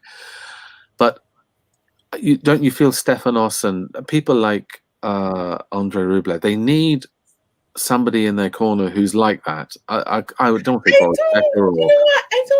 I mean, that was the thing that happened with Andy, right? Like at a certain point where they said you've conquered the Masters, you now need somebody who's won slams to tell you. Like the one that came the closest is Stefanos. Uh-huh. Did you think that was a failure of coaching? I mean, no. I think it was an experience, and he wilted. But what I'm concerned about more with him is the mental fortitude. Oh, I don't know. Being able to concerned about that. I tell you why I say that. Why? He bosses his mother and father around, and it's embarrassing. And when the relationship is the wrong way round, when they're not your mentors, I think that's a recipe for disaster. Ultimately, you have to have somebody who is bigger than you and has been there before you, and who knows what you need to do to get there. And I need to see him in a final more. I thought he conducted himself fantastically for his very first Grand Slam final. Mm-hmm. No one else has done that. I don't know if I believe that that's going to be the thing that psychs him out. Also, I think it's an opportunistic moment. I think if you have two players who are slowing down. Yes, Novak Djokovic is a juggernaut, but he's still got some age issues. I just think the timing is going to work out well for these boys. And, you've got Dominic Thiem fading. They're just going to be competing against themselves eventually. Mm. Who you see blowing through here with a better mental capacity than Stefanos right now? I don't want to say Berrettini, because I think his game is really well suited to grass, but I don't think he has that mental fortitude. I think ultimately it will be people like Sinner. Yeah. People really love Sinner. And Medvedev. I mean, he's just such a villain, and he has that desire to crush people. And he loved it. He loved that villain role. And he's like, I love him in it. His game is very efficient. Yes, he's like Rasputin. He has that darkness. I mean, I'm fine with him going on a run. I mean, just as long as we're all prepared to pay $2 for those tennis tickets. But oh, shit. Oh, she took it there. I mean, we can't have Medvedev leading the sport. I'm just saying. No. I mean, I would say something in terms of something that you mentioned, Pablo, that I think it's worth exploring is that I do think that we're going to have to reimagine coaching on the men's side. Mm-hmm. And perhaps some of these men might have to be bold and find women coaches, because since most of the men are on the WTA anyway, sure, they're running out. They're a little too fragile, though. These guys are a little fragile, right? And I think the problem exactly. I mean, because I think you do have a point when you say that with Stefanos, he is being bossing around his parents. You actually need a coach who's going to be like. Because most coach relationship is that what the coach says is law, right? Coaches are actually more powerful than parents. The coach said, children go home and tell their parents, coach said not to do something and we're not doing that. I don't care because you paying the mortgage where I live. The coach said not to do this. And I think it's difficult with Stefanos when he can boss his parents around. But I don't know who, I mean, most of these I haven't seen any new coaches coming around that actually is teaching something worthwhile. for these players, because I don't know if they want to learn anything, but they need new coaches, and I don't know if the Well, WATP has that. yeah. If they're just looking for men, I don't think they're gonna get very far. I think they sort of need to sort of expand their horizon and thought process on that, Well, because they need a transition they've already game. tried it, right? They've already tried it. All of the folks that we've watched come up, they all picked a great and had that person follow them, right? That's the thing that they did to elevate their game.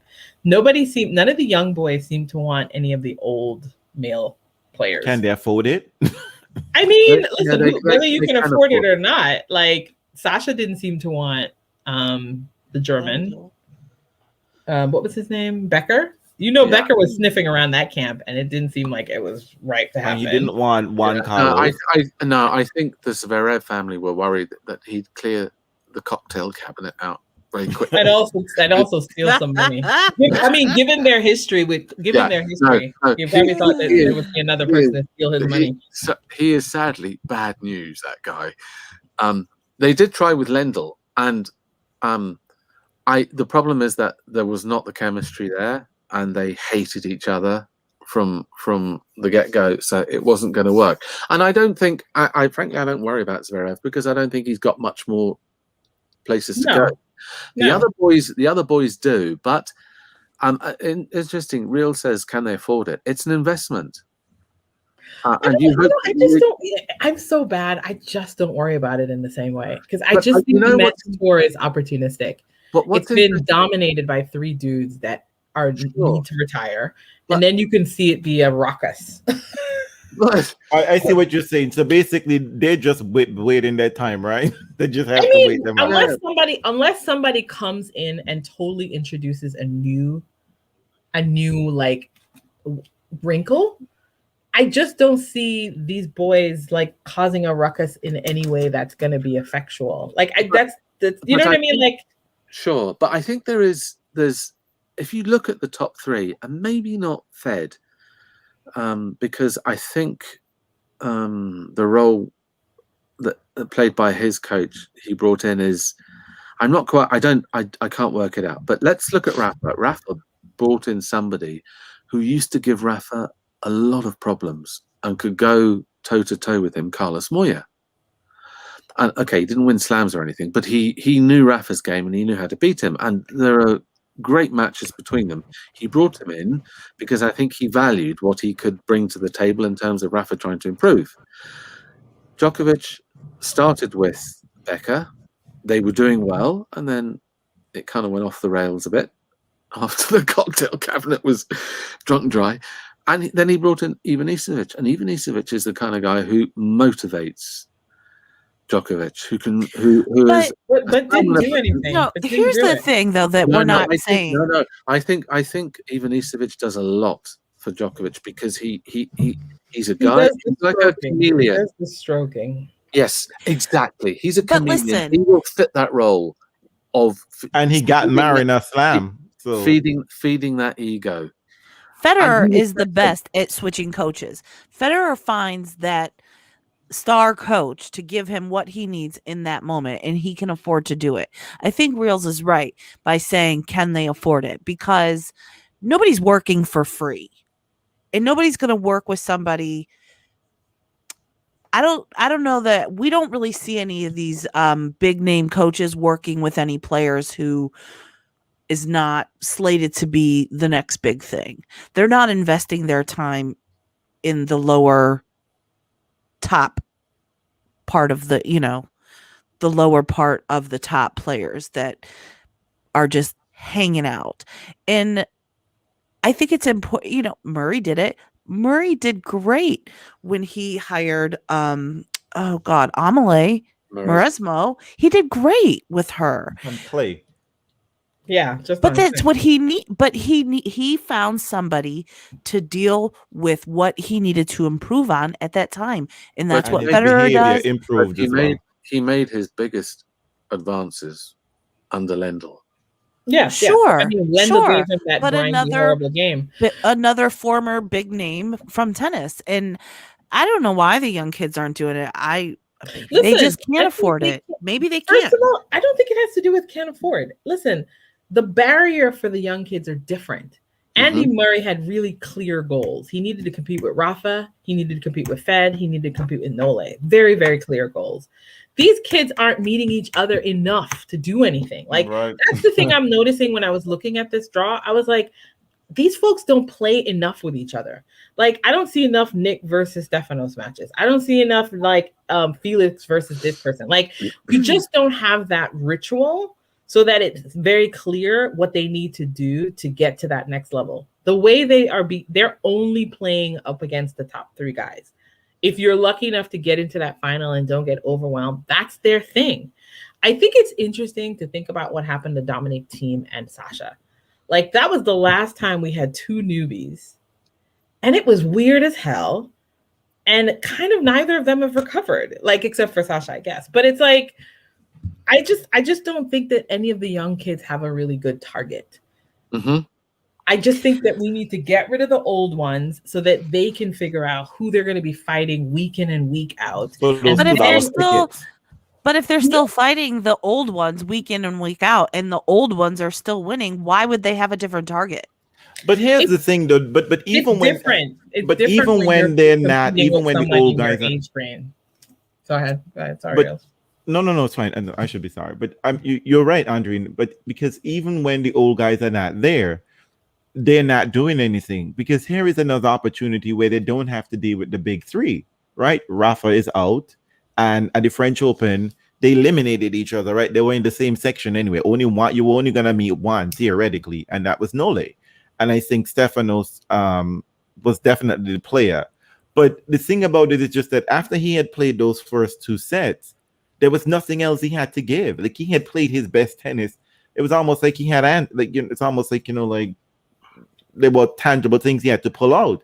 He had pulled out his best and he had nothing left. And that's why I said I think that there needs to be coaching changes are more fresh. I mean, there needs to be more dimension to their games, because look at those other guys, the top 3. They can pull shit out of the hat when things go bad. Well, maybe their games are limited, y'all. Maybe this is all they're capable of doing. Or there's another thing that's missing, which is they don't have the level of killer instinct. Well, that's clear with this generation. I mean, you know how Nick loves to say, "I love Andy. Andy is my best friend, bitch." They don't do that in the WTA. They don't do that. They don't do that. What I saw from Stefanos is he didn't have the killer instinct to go up a gear and to say, "I'm not going to let this fucker get back in this match. This is mine." He was folded. mad after, but he wasn't mad in the middle. He folded. Yeah, that's what I was folded? annoyed with. Yeah, he folded. I don't think he folded. I don't think he folded because, listen, I have like conspiracy theory brain about Novak Djokovic basically forcing. Right. He's like, Novak's like, let me get you into a 3rd set, and I know this is mine. But then I will crush you. I know, but I do think it is really interesting, though, that you succeed. This is the challenge of the best of 5. You succeed in killing someone, not killing. You did well for the first 2 sets, and you cannot make an opportunity for the remaining 3 sets, which is exactly what he did. He made no opportunities, none at all. I don't even think he had any break points. Nope. It was like, that's what I said. Incredible. He lost that match in straight sets. Yes, like no matter whatever he tried to tell himself. Let's not go too far down that, but let's be real. Let's be real honest about what we're talking about. It's Novak Djokovic. And you don't have one breakpoint chance for 3 sets. When he decides no, you don't. When he said that's enough, you've played enough, but you've done enough. Right. He said no, I'm turning it up, because we knew that he always had another gear to go. We knew that he always had 5 more gears to go. You know what? I only ever know Tsitsipas was not getting any better. Listen, I don't know. The thing is, I don't know their gears until they play each other. That's the thing. Like, I feel like if it was somebody else across that net, they would have fumbled. No, like when I fumbled one more time. He never thought to fumble against Stefanos. It's like the other guys somehow or another is able to get into their own heads to at least do something. It doesn't happen with these young ones. Then by that assessment, I think Medvedev did way better at the US Open when he lost to Rafa. Yeah, he did actually by actually being competitive throughout, as opposed to winning 2 sets and then disappearing. I think he has the killer instinct. Well, yes, I think so. Yeah, maybe. I just don't know if the Bethers would let him be great though. Yeah, these kids need a little bit of animus. No, I'm sorry. Yeah. Is that horrible Yeah, yeah. though? That's probably no. You're right. You're absolutely right. Okay, so have we done the men? Yeah, we Yes, done let's move on to the ladies. Oh my God, it's been Talk about almost the 2 men. hours and we haven't even touched the women. I'm leaving. Well, I have dinner in 40 minutes, so go. Let's roll. Yeah. Okay, No. should we start from the top? Let me Let's start spit from out the from the top. top. I am hoping. Barty. Look, this is I like not Barty's cute. kit. Oh, Danielle said Medvedev talks big but always comes up small. Danielle. No, Oh. It's Medvedev's true. time He is coming. does. In the Australian Open final, I don't even want to see your ass. You Daniel- won't even there. We know how disappointing that is, Danielle. We know how disappointing that kind of thing is. It comes up small. Oh my exactly. God. Especially, and it's Pride Month. Oh, let's not have any of that. Listen, Was the battle of the flop? Who flops the There's most? a battle of the flops. It's true. It's true. Mm. I will say, we all agree. Barty's kit is very nice throwback kit. But that's not Body's body, so I don't know. How does that sound wrong? Oh my God. Look, they always do that though with the pictures. Okay, I hate it here. I mean, but you Scallops see, are great. Scallops are great. Like, no, it's a really no, great no tea, no transition. shade. Let's be 100 here. Kids can look all cute on the paper, on the diagram, in the picture. It's true. But how are you moving in that thing? And in the end, most of these girls are hiking it up anyway. And It's Well, gonna be a I hiked just up like dress. the laser cut little Ah, daisies. the more important question is, how does that kit look sweaty? Because a lot of these I kids, think I like the inspiration. The original kit that it's inspired by is actually very cute. Yeah. I thought that they really appropriated it for Barty's body type well enough. And it's Oh, white. I know, Yvette. We'll please find it. It looks good. It's white, so it's not going to look too bad when it's sweaty. No, I don't think so. Okay. So this draw, this top eight from top Barty eight. to Conta. I mean, who's gonna sneak a little Coco action up in there? Nobody. I think Coco's going out to the qualifier.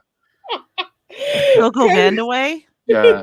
Stop it. She's not getting out of round 1. I don't even know who she plays and she's not getting out. Coco Vandaway hasn't played tennis in like 10 years. that's not true. But She has been playing. She She won has a been couple of playing. matches. She has been No. playing. She just come No. back. She's won 1 or 2 matches. Yeah, Yeah, she's she just has. one of his. Yeah. It's not enough. Yeah. No. Listen, there's something to be said for being comfortable on the grass. This is one of her better tournaments. You know? And And bitch is listen so to me, comfortable these on the girls, these women, everyone has not been on grass for like 2 years. Except for the Brits. Conta was in Right. grass while the Yeah, World but I Finals was happening. don't have her getting past the first round. You think she loses to Look, Siniakova? Yeah. these Czech girls I do not play with. I freely Yeah, love. no messing.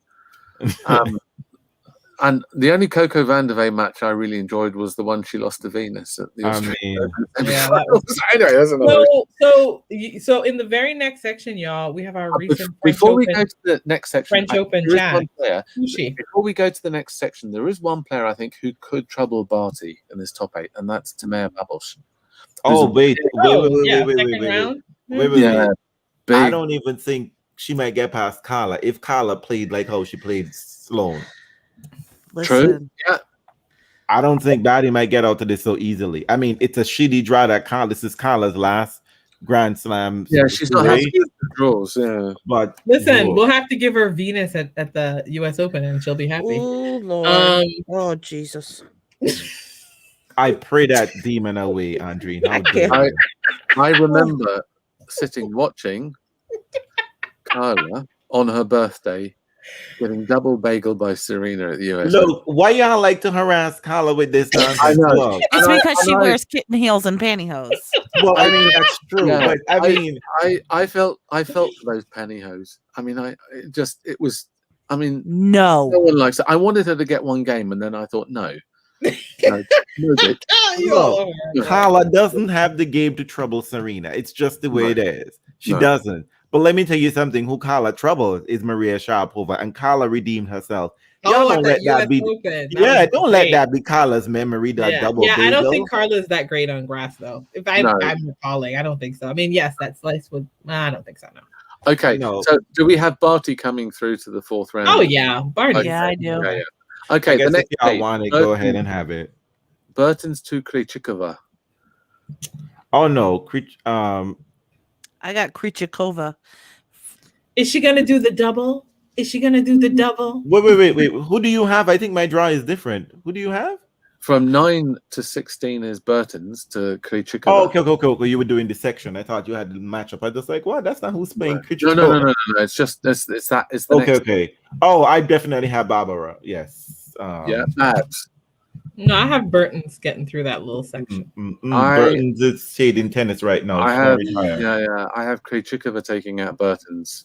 Isn't she who's retiring? Are you counting Vika out of everything? No, she comes Burton. She's the next Kiki Burton is retiring. Is she? Yeah, I know. This is her last hurrah. Go, girl. Beat those kids up. Isn't this also? This may well be Petkovic's last.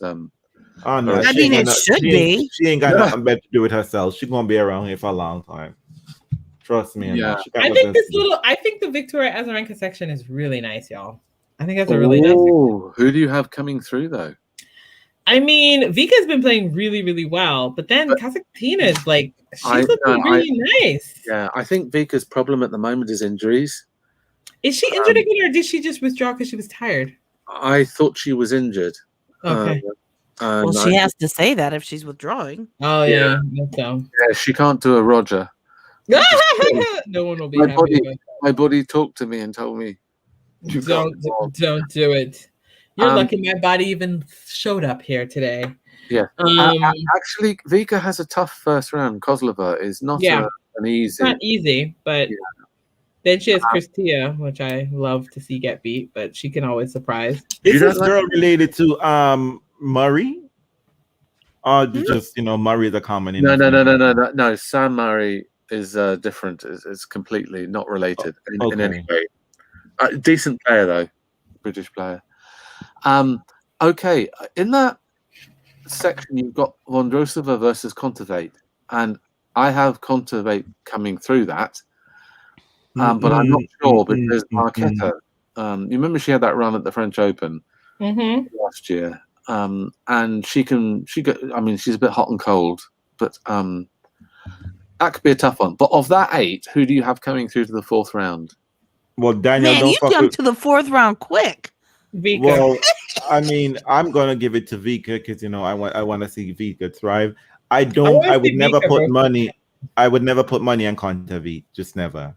She would have a lead and be up 5-love, 40-love, and still lose that match. She's another wobbler.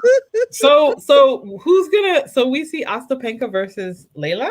That's a cute little match. Oh Lord, help me! I do know. Bianca might not get out of this 4th round, and I mean, I'm just gonna say, look at God. She might not. That match is drama. She's the Dragon Slayer, Cornet. Cornet just beat her last week. Yeah, hang on. Kazatkina versus Tega's Kazatkina, I think. Yeah. Leyla Fernandez versus Ostapenko. I've gone for Ostapenko only because she's had good grass court results. Yes. And the game suits and it. That big bold game. I'd love to see Leyla do well, but I don't see her pulling it off. Now, I have a real surprise coming through this little 8 and then through into the last 8. What do you have, Agila? No, Cornet. Oh, I think Cornet does. Yeah. I actually have Cornet getting to the 3rd round. No, she's and no more. I have her taking out Bianca. Thank God. Pick your drama. I'm visualizing that. That's a fun match, y'all. Listen, I'm signing up for that match. I don't like her, but I'm signing up to see that Cornet versus Andrews. Cornet beat. It's going to be an emotional shit show, is what it's going to be. It's going to be popcorn. It's going to be box office. If Bianca wants to get back her street cred, she better beat Cornet because they're going to be like, "Girl, Cornet got you as a pigeon. You're Cornet's pigeon." Yeah. The only better record Cornet has is against Serena. You didn't need to bring that shit up here. No, I didn't. I know because I hope Tony's gonna block you. You're lucky Tony's not here today. Cornet's not a threat. And anyway, Serena was winning one of them when she handed it to her. She just didn't feel well enough. The one in China. So who do you have coming out of this 8? I have Cornet. I have Kasatkina taking her out in the third round. I'm picking Vika. I don't know why y'all trust Kasatkina. I mean, I don't, but it's queer, it's Pride Month, and she's come out as bi. Let's support her. has she now? Oh, look at Is she cute? I mean, No, actually, she might be in the way that you find cute, Janina. And what does that mean? Well, she's not blonde and muscular. She's not Sveta. No, she's not Sveta. no. Fuck her then. She's not a lipstick lesbian, but she's not a butt. She's like in between. She could be cleaned up. She's like a sweater. Yeah, she don't look right sweaty. She don't look. She's not a Sveta. Yeah, no, sorry. Sveta, I meant she's not a Franny. Sorry. No. I would say with Sveta you're getting bronze, not brain. With Kasatkina you're getting brain. Oh no! You see, she's. I won't have you. Sveta is really smart. No, she's not. She's absolutely not. No. You all are horrible. No, she's not. And the other thing is, she's really mean to people who work for her. I'm sorry to share this. I hope she's not listening. I think she's mean to everybody. Yeah, she pays them late. She argues over tiny bits of money and stuff like that. She does give that vibe. She's true. No. She's not good. For okay, anyone. well, you've spilled the tea. Thank you so much. I appreciate it. Janina, don't go there, Janina. Janina, don't play with Sveta anymore. That's not where the money resides, okay? That's not. Yeah, sorry to break that to you, but no. Janina, we're now hanging around. Let's go try to see if Franny got any of that French Open money left, okay? She doesn't. Hopefully she has a villa somewhere where we can save Italy. I just need 2 weeks. Don't eat the tortellini. No, we're not saying with Irani. Yeah, the nuclear tortellini. Okay, the next section starting Svitolina to Paula Badosa. I have Badosa actually. Svitolina should be very grateful. Somebody had a tweet about Badosa being the sort of girl who would argue with people on we would say the council estate, you say the projects. Oh, and like that girl. it's kind of look bad. Smoking crack and no, I don't have her like that bad, but I'm telling you, if you check her purse, she got a knife in there. She will cut you. I don't know if it's the name alone, but she looks like she will fight you. I'll be honest though, I have not seen Paula on grass. I saw her on clay. She was a little bit unwieldy at times, but I've not seen her on grass. Have you all seen her on grass? I've never seen her on grass, and No, she's risen up the ranks pretty fast in the last 12 months or so. Yeah, but we've never really seen her here. No, and most of it was on clay, and some people really rate her. I'm not sure. Andrine, you're right. We need to see her. I need to see her. In my mind, she's a little bit lumbering, but that's just that's just I hit and miss. I think she's a bit hit and miss with a sort of technical game. Yeah. Like I said, she will fight you in the street. She will slash you. I mean, I'm curious to see her up against. Let me see. Well, does she even get out of the first round? Yeah, I think she gets out. Playing another Spanish. Yeah, but I think Putin favor might give her some problems. Poots. Yeah. What about? So I don't know. So Sarenko likes to show up at these majors every once in a while. I know, but can I tell you though? I look at Svitolina versus Lynette, and I was like, that's just the kind of match Svitolina loses. Oh my god! I agree, and I have that. No. Yeah. No, wow, we've got some interesting comments in the chat. What have we done? Badosa has only played once at Wimbledon and lost first round. Yeah, Badosa is basic. Poot's gonna take out Badosa. Bad Osa. Do you know what? Can I tell you the difference though? What? Again, it's a little bit on the men's side. The one thing that Badosa does have that the other girls may not have or ladies don't have, she has belief. Like she will up level that basic game and she'll fuck you up. She has I don't think she's necessarily a clever or interesting player to watch, but she looks like she'll bash you off the court if given the right I agree. incentive. That's like her thing. So I actually think she's gonna go far in life. There's something. Oh wow. Yeah. Especially since Yeah, she got a knife in her purse. Yeah, she's gritty. She's gritty. So- I need to see a Yeah. picture of this. You Oh. can take the girl out of the projects, but you can't take the Mm, project. I out of mean, the girl. but you know what? The way the WTA works, give me a fighter any day. Yeah, Yep. I agree. That's who She has- scrabbles out of these matches. she has a spark about her, and it winds some people up the wrong Yep. way. But yeah, what she may lack technically, she makes up in fight.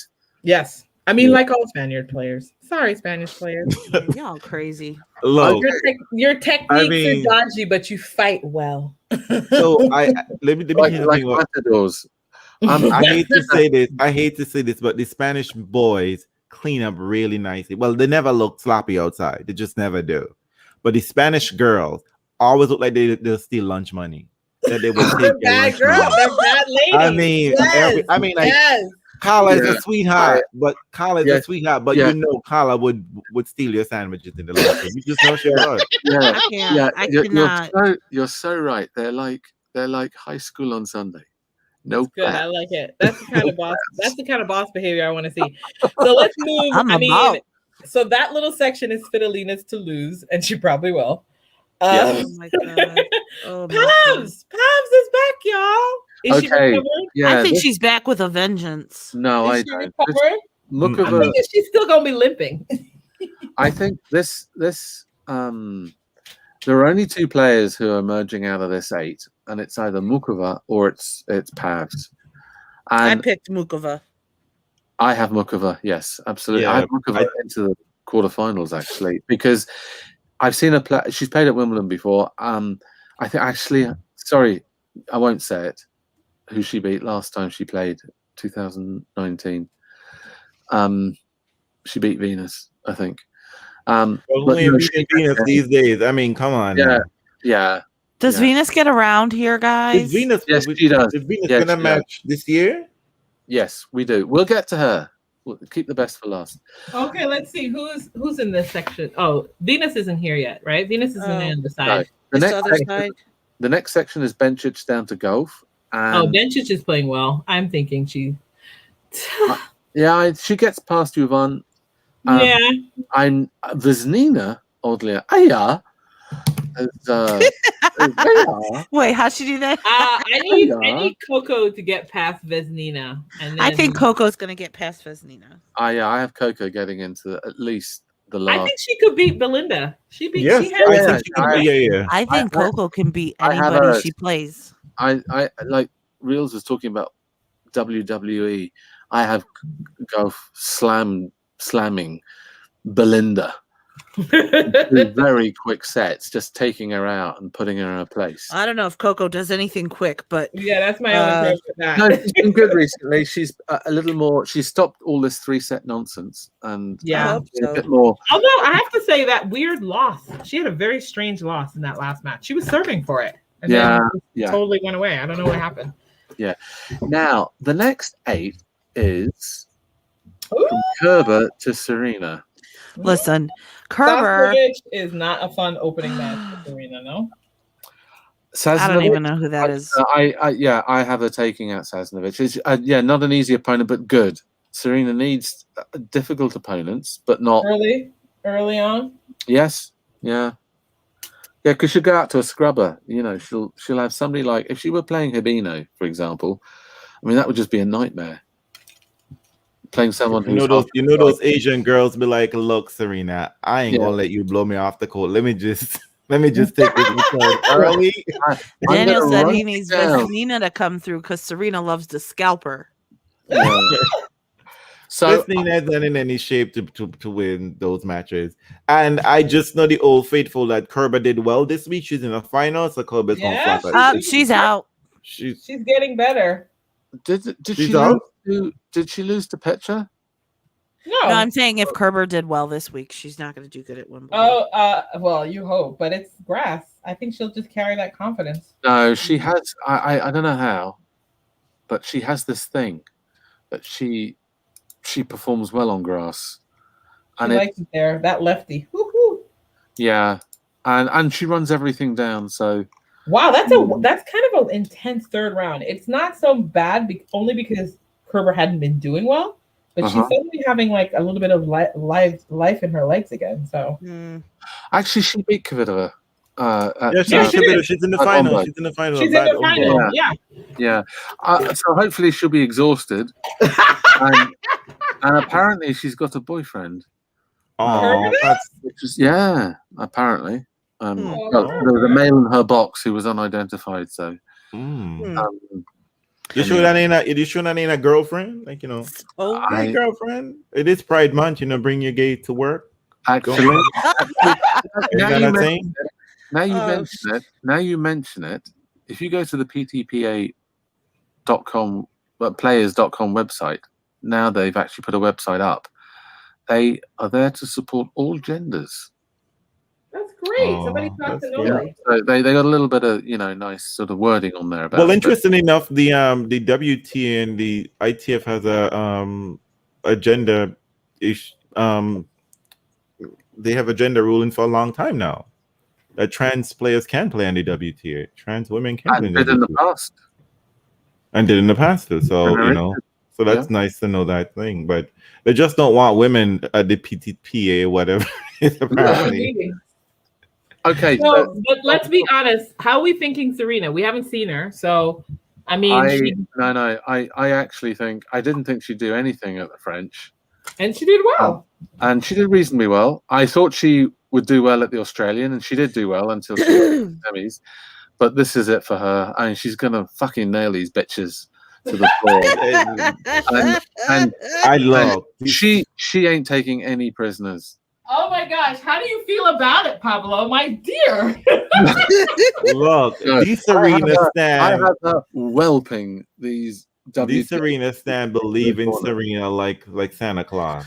There will be Listen, boot marks over all of these girls on their arms. I want Serena and Coco. Oh my gosh! And I don't care who wins. That'd be fun. A Serena and Coco match. Yeah, I don't care who wins. Take her out, Coco. No, I'm just kidding. Wash your mouth. I have Serena Coco in the round 4, and I have Serena. I have Serena all the way on this. She must be so fucking angry with herself, but.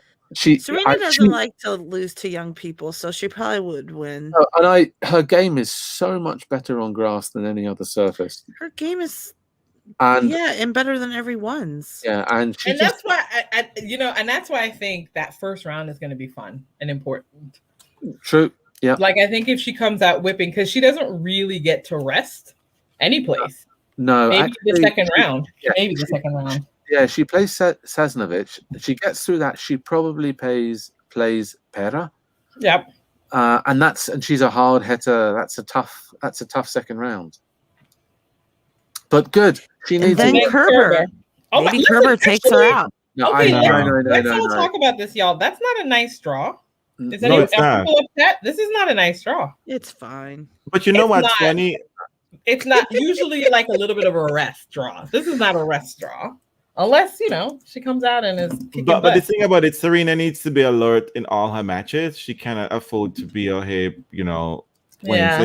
So I wrote down for this section that this is called the Ma section with Octavia Spencer, the movie, the horror movie. So I think Serena has to come in here like Ma. I'm willing to just, as Pablo's, I wouldn't use Pablo's though, but she's willing to drive over these girls. Listen, Serena needs to come out here like Mommy Dearest. Yes, she's got to have her. She's got to have her racket, and she got to whip their asses. They talk about no wire hangers. So who's your we need to see skid marks. You all are so violent right now. So for the fourth round, we've got the only reason is because I know she's lurking. She's actually listening in. I'm sure she is. I mean, let's make sure it happens. I mean, I'll be honest. I see Serena doing this at the U.S. Open, but I'll leave it to you all. I have I have no stake in this kidney pie. So I mean, I'm here for Coco. Pulling a Venus, but I mean, Do it, But girl. listen, But hey, if you're gonna beat Serena, you're gonna have to go all the way to the end, girl. Absolutely. Yeah. Yeah, you can't wither But away the next I, round. I don't think Coco has the game to get past Serena though. No. If- Yeah, I've never seen that no, matchup. So I- But if regular Serena- Serena shows up, but Simona Halep has a Wimbledon title. That's all I'm gonna say. Oh shit! Yeah. listen, I can't believe you brought that up because I sat there live watching that and I had some Oh, feelings. But girl, let's move on. I- Let us move on. the $2 problem. for that ticket? Was it $2 for that ticket? No, it was a good price. right. No. I wasn't. Luckily, I wasn't able to get inside, but I was watching out on the grounds. And I tell you, the silence on the grounds. Ooh, the silence. 2015. I saw that. The Sorry, silence Tony. on the ground. No, people were like stunned and really. I mean, no one is convinced that Serena showed up in that match. So. No, she Fire didn't. sale. And- Fire sale. No, Yeah. it is. It was that sort of psychological thing of she just didn't appear. Yeah, she We're wasn't not there. doing this. And Okay, that- we can do that. sorry, yeah, and we're not doing it, but the only thing I would say is, of all of the players on the W2A, she's the one that really has killer instinct, and it's been off the mark, and she's not had a run of form, and she played herself into form at the Australian Open. She did more or less the same at the French Open, but I felt her heart wasn't in it at the French. I mean, whose heart is in it at the French? Let's be honest. Yeah, it's a scrubbers. Certainly not mine. It's Yeah. a hard tournament to get up for. All right. Um, The next 8, running from Karolina Pliskova down to Alison Risk. but let's say, wait, before we go, Oh, sorry. Who's in your fourth round? I have Barty, Krejcikova, I've got Vika and Cornet. I've got Ooh. Svitolina and Mukova, but I have Mukova taking Svitolina out comfortably. And then I have Serena versus Coco. Wow. I told you it's really open, this thing. It's a W trade. It's always open. Yes. So I have a little bit of difference. I was not kind to Coco. I thought Belinda was going to flip the script this time around. Right. Pavs and Svitolina, Kasatkina and Vika and Bertens and Kanta. Look at me giving Kanta a chance. Kanta in her own country. Wow. I got Barty coming through. You got Barty? Yeah. And Vika. And Serena. Come through, Carla. Come through, Carla. I'm here for it. I would love I watch Carla's Carla's backhand all day. I know. We want that match. But, you know, Carla's always been one of the gang. She's never been the gang leader. That's You all know, right. Everybody has their time. Carla, it's Sure. your time, girl. Yeah. So Koplis, I mean, you said Koplis versus Zidansek. She had a nice little run. At I have her beating Pliskova. I have Zidansek. I mean, it's very close. I wasn't certain. I have Zidansek running through right to the last 8. What? I She's feel on like form. She's had feel good like- form. I feel like Risk plays really good basketball. No, she's has she played in anything? That's the only thing I have not. I've got her winning I think don't. you're doing I have, well. this section. I have Martinsova beating her. Only because she's been playing well, and I don't think Risk has been playing. Isn't she coming back from an injury? No, she's coming back from a marriage. Well, yeah, same thing. She dumped that That might dude. be an injury. That might just be an injury. She dumped that dude. No. No, I think they're Oh. still married. I was They're just still- saying, like, I don't think she's been playing. That Sure. much. No, I think she still has his surname. Amritrov. Yeah, no. They're not broken up. I just Yeah. she was honeymooning in her. And wasn't What is- but isn't her Lord. name but she had hyphenated her name, didn't she? She What did. you do that for? But it's not hyphenated here, and Wimbledon is very good about these things. Is No. Sabalenka? Is Sabalenka deciding to do things? Are you telling me, Afua, that I have to worry about Sabalenka? Well, I'm actually not worried about her. I have her going pretty far at the bottom. But. What about? Sabalenka needs to worry about that man's wife, but that's a whole other conversation. Oh boy. Oh, hang on a second. We've gone ahead of ourselves. What about the section with Jess Pegula down to Kvitova? Oh, I have Pagula. I mean, I don't like her. She's a Republican. Listen, but but- how we feel about Kanepi? Is I'm about to Kanepi say ready that. I do She's just- gonna that? get a couple wins. I think she's Yeah. gonna play spoiler. Yeah, I mean, bring that serve. Bring that- Kanepi is a very good grass court player.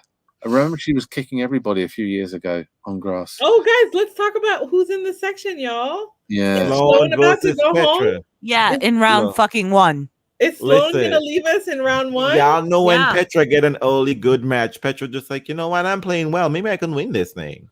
So Petra versus Sloan might be, set That's Petra on fire. I'm really upset about that. I mean, only because I don't want Sloan to leave.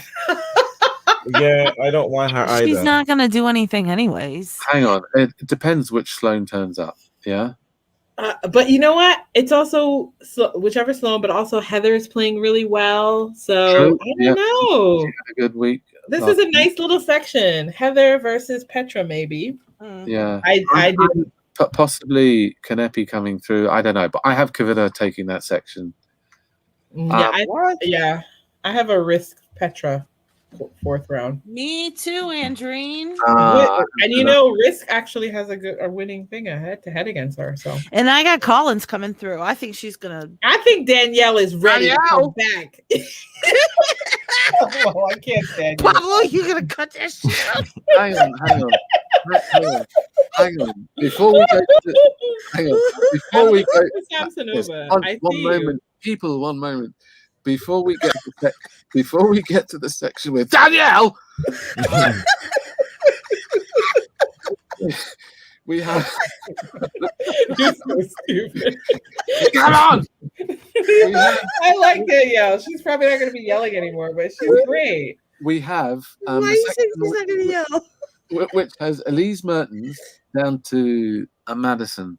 Yeah, I know that Samsonova just won that tournament, right? So she might stall Kanepi's desire to wreck a draw. Yeah. But I hope she's coming for that crown. Yes. But, okay. I mean, Daniel said bye-bye, Black Barbie.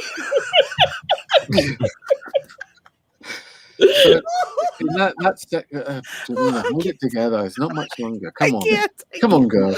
You can do it. This section, Mertens to Keys. That's a bad connection right there. Yeah. I'm going to tell you something, and I haven't been drinking. What? But I see Madison Keys get into the quarterfinal. I mean, this is my Christina McHale moment. Which sport? Baseball or? So, Madison Keys has done well here. Maybe I she'll love- yeah, she rediscover her form. I'd love to see her, but she's kind of been a bit vacant recently. No, she's not. She's not really here. I think that Mertens takes. I think Mertens has a nice. I told Rich P and I were having a conversation online, and I said, Madison Keys should probably aim for the flowers. Maybe then she'll hit the line. I don't even know what that means. Because she seems to be aiming for the billboards, and that's why she's aiming real. She's aiming for the stands. Home runs. I mean, I want great things to Madison Keys. If we're hoping for Felix, I think we can hope for Madison. Why are those two connected? One of their games dead and the other one isn't. So what does that? I mean, look, Madison Keys' game is too alive. It's too alive. Maybe it needs to be, bring that down a couple, But I mean, Maddie has done well here, and I think she can turn it on. She can turn it on. She can. I mean, it's grass. Actually, let's hope, because we'd happily see her come through this section and take it to. Maybe it's gonna be Katie Swan. Maybe you guys are gonna have a nice little. Oh hell. No. But hey, it's Madison Keys. She could lose to Katie Swan. And Elise Mertens, unfortunately, she's from Belgium. And I have no love for any female Belgian players. I mean, put your rage out there, why don't you? The other section is the Danielle section. Danielle! Your girl is here. She is. Against Bringle. And what happened? She's playing probably the most inked player on the WTA, Polona Herzog. Yeah. Herzog, yeah. I think Herzog could take me in arm wrestling. I think she can. Yes. Yeah, I don't doubt that. Remember Oh, God, Herzog? anymore. Remember Coco versus Herzog? That horrible. Oh, that was so great. Oof. Such a fun time. Oof. Oh my God. That was such an emotional roller coaster, though. That was one of the But fun hey, times. people got their money's worth, and I love it for them. I'm happy for them. Okay, but we have, I think, Kudermetova coming through the first round of versus Golubec. What about Daniel versus Herzog? Bringo. I need her name though. I think that I have Danielle actually going far. I have her meeting Mertens. And yeah, I'm losing to Mertens. Probably, yeah. I think so. Now, Janina's two favorite players, Bringle versus Mikhail. Oof. I did not pick Mikhail. I want everyone to know. Damn it. Okay, Now watch her fucking win. excellent. Is that what your heart said, Janina? Is your brain Yes. said pick the other girl? Well, what did your heart say? What did your purse say? What did your heart say, Janina? Come on, tell us. Tell Oh, us. don't leave me alone. All right. Do we see Kenan beating a qualifier? I mean, I don't trust Kenan these days, but hey, she thinks that she should be getting a sponsorship. She should be getting a macaroni deal or something. So hey, she needs to win because that money is gonna go away pretty soon. Okay, who comes out of this group of 8 into the last 16? Venus. No, she's not in this one. Oh. And she Hardaway? struggled, frankly, and I think in this 8. I've got Mikhail, actually, oddly. Oh. You know what? Wait a minute. Say it again. Say it louder for the people in the back. I picked Mikhail because she's had a good record at Wimbledon. I mean, I didn't let your I view have passed the torch. It's official. No, I didn't let your view of her color my choice. I was seriously wanting to put Danielle through, but I did. Mikhail has been playing well this week. I had to ponder that one. Oh. Yeah. I'm just simply saying, have you all listened to this podcast? Are you around here? Like, Mikhail, Janina has put a blight on Mikhail. Yeah, yeah. Put the evil eye on her. All right, let's go to the next 8. All right, let's do it. Okay, Swiatek down to Martic. I have a Swiatek going out in the first round. You do? Yeah. Yes. Ooh. I mean, this is what Shway. This is where she's tricky, wiki. This is what Shway lives for. Tie her up in knots. Suway lives for this kind of this matchup. Yeah. I mean, give Suway a Zvonareva, she gonna lose that match. But give her seeded player. Yeah, I think Boshkova is gonna beat Zvonareva. Y'all are wrong. No, I mean, no, we're just realistic. Look, these top seeded girls don't want to see two names next to them: Kai Kanepi and Sway. They don't want to see those girls anywhere close to them. Sway will just. Oh, Pablo, do you see this in the chat? Well, what's that? Have I upset? Mikhail has gotten to the 3rd round of Wimbledon once in 9 tries. Yeah, and the only reason is because Serena stopped her on the other occasions. Oh, cut it out. All right. Hey, is Muguruza hurt?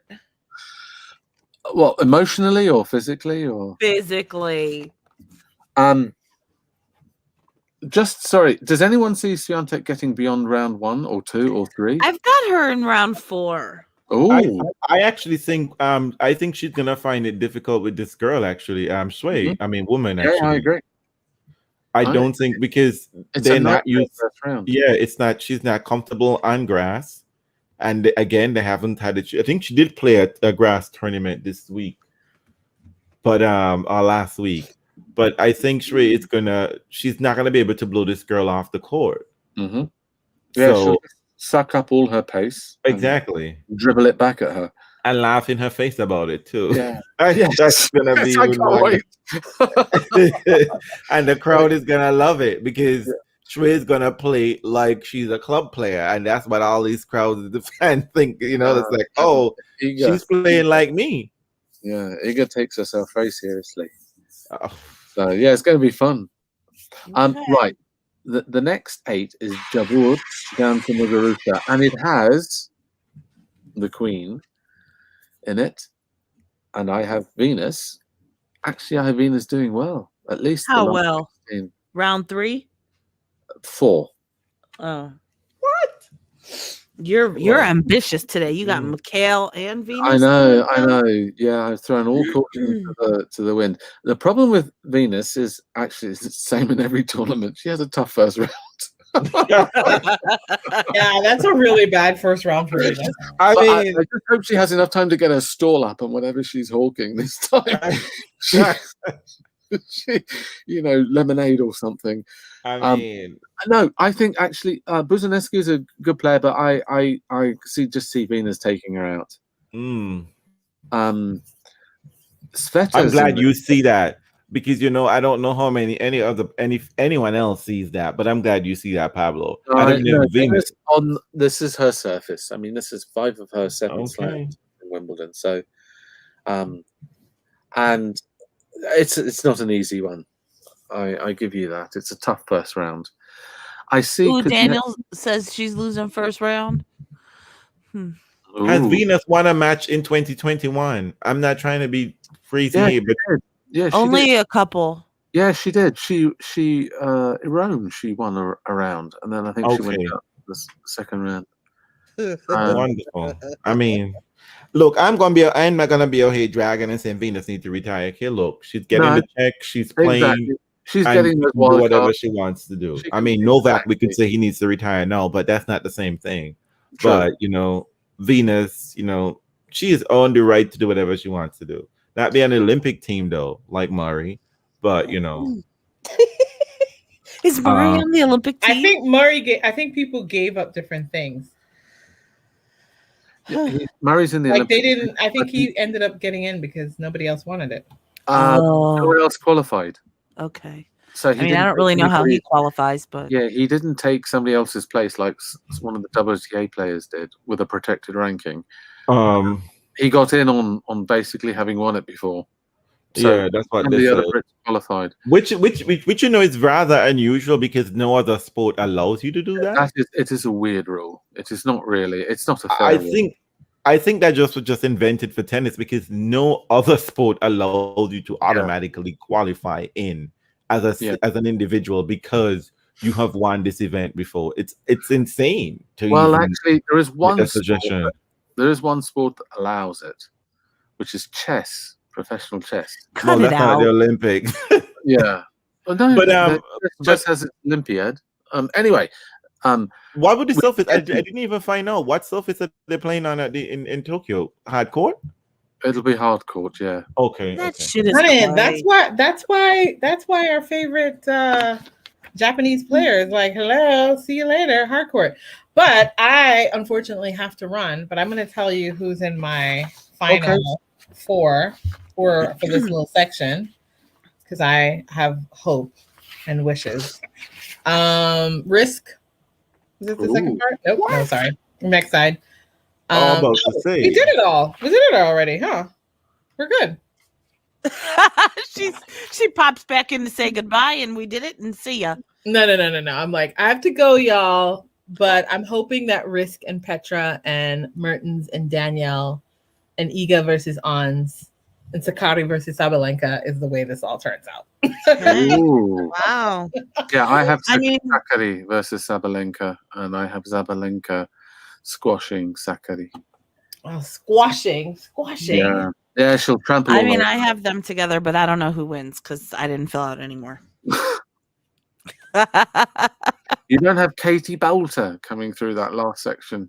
No, I have Sabalenka, Sakari, Muggs. Actually, Alexandrova has been playing well, but she has a tough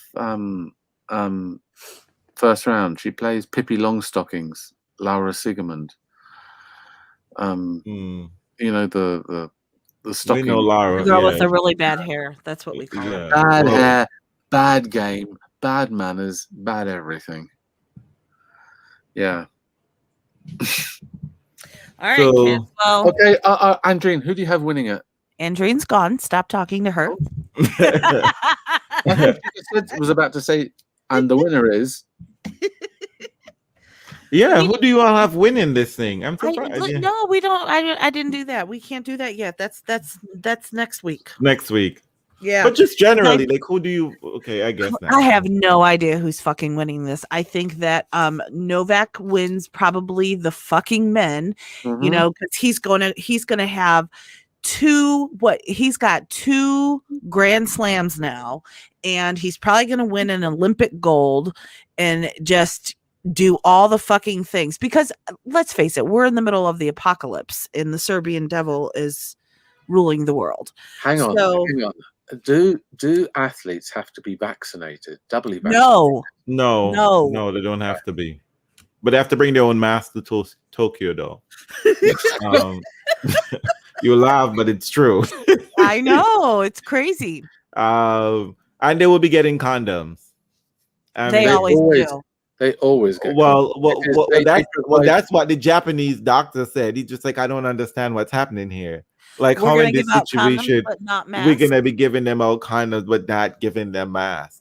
But I think the mask was logistically because it would have taken away resources from them. from So the they won't- locals. Yeah, because they're under state of emergency right now until July 20th. Which I is- mean, which is and it crazy. probably should be till July 20th of 2022. Yeah. But you know, the Olympics is- are coming, and all of a sudden things are going to be fine on the 20th. But it's It is but it's- crazy that they're going. but to I have- think we have to acknowledge that. I mean, let me start aside. I think the issue here is that it's NBC and IOC. NBC does. I really think this is again where I think athletes advocacy should have happened. I mean, I don't understand how the athletes didn't advocate for the Olympics to be held in separate venues as they do their regular world championships, because it's their own federation that runs the thing anyway. They're the one officiating it and doing all this stuff. Yeah, but the problem is you would shift the problem out of Tokyo or out of Japan to other countries. You would not Well- solve the problem. Well, no, but I mean, because other countries are actually hosting events anyway, international events, and you won't bring in 20,000 athletes to one place. You would just bring in specifically the swimmers to one place, the gymnasts to one place, Yeah. the track I- and field I to still one think- place. They need to plan this like 2 years in advance, and they didn't have the time. And I just think Japan is not going to give up. Japan doesn't move on anything. You know, Well, so strange. It looks like it's going forward. We're going to sit here and see them trigger a spreader event. And while we're talking about Simone Biles just did a triple, whatever, triple-double, and live from the street of Japan we're hearing the sirens blaring. yeah. Are we willing to see? I mean, like, this typically. Okay, don't go down this road. Let's not do this. We will talk about it, but we're not going to talk about it now. Okay, but 'Cause anyway, we are like 5 hours in. you're right. And we're just So- getting going. I was just about to say. No, we are wrapping up. I dislodged my microphone. Oh, So Um, can I ask, do we have better vibes about this slam than the last one? I feel like we're still in the middle of a pandemic, and tennis is silly, and sports are silly, and I enjoy it sometimes, but I feel a little bit guilty. That's what I think. I always feel guilty, but That's because you're Brit. I agree. I mean, I do think. I mean, but I didn't think, even realize that Wimbledon was starting. That's well, how England. I I am. think your vaccination rate there it's pretty high. I think It is. vaccination rate is pretty high. But we have a variant, the Delta variant, variant, right? that came from India apparently, and it is, although it's not lethal, it's just exponentially grown in the last couple of weeks. Mhm. And it's not hospitalizing people, thank goodness, but it's spreading everywhere. And they've now allowed Brits to go abroad to certain countries, so they're going to spread it. And they allowed Brits to go to Portugal 2 weeks ago, and Portugal, of course, now has a spike of the Delta variant. Well, there you go. Welcome to Wimbledon. And I'm not trying to be Debbie Downer, but apparently there is rumor. Well, when I say rumor, BBC reported that Russia seemed to have developed its own new variant, and that seemed to be making you very ill, and Ooh. deaths have been spiking. Oh, dear. So they're now forcing they're now in the effort of forcing you to take, well, Russia is trying to force people to take the vaccine. So I mean, and I only say this because as much as we say the Russian variant and the Indian variant, the Brazil variant, it soon becomes the everybody variant. Exactly. Soon enough. It doesn't stick to a Corona territory. doesn't seem exactly. Corona knows no boundaries, and you can't seem to lock it down. So I don't know, and they're basically testing this against Sputnik, and we don't know much about Sputnik anyway. And they, because the WHO refused to give, has been Yeah. slow to give that approval, so we don't have any information as to whether or not what we know versus what they know matches up. And it's Sputnik is the vaccine that they're shipping to Africa and other places. Oh, Jesus. I know. Well, I know. It's just. All right, listen. Okay. Listen. I'm cutting you two off. Say but goodnight. anyway, folks. So I think we're excited. Yes. I know, but I just want to tell you that Sabalenka might be going out to Nicolescu because that might be a possibility. It's Just always to- anything is so you possible know. in the WTA, right? I listen. mean, Nicolescu's going to slice it to pieces. when I say it's possible, I mean that there's more than a 50-50 chance. So I mean, you could bet both ways. So you'll definitely become a winner for sure. Well- This was fun. I mean, I'm looking forward to. I mean, I think the players would be very. Though we might have misgivings about this event, I know the players would be very, very excited for this championships. They love wearing white. Wimbledon is like the hallmark quintessential tennis place, so they should be excited for it. And I think England might need some for Boris some joy, right? Boris Oh, is, Lord. So hey, Well, here's to Wimbledon, Roger and Venus winning Roger, Wimbledon Venus, 2021. Serena. May the odds be ever in your favor. Absolutely. Yes. So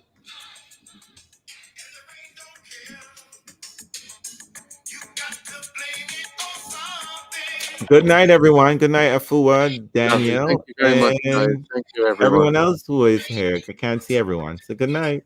Thank you, Pablo, for being on our show. It's a pleasure. Thank you. And go to bed, Pablo. I'm night. still alive. I'm going to be up. Thanks for staying up late with us. All right. My pleasure. Bye. Thank you, guys. Bye-bye.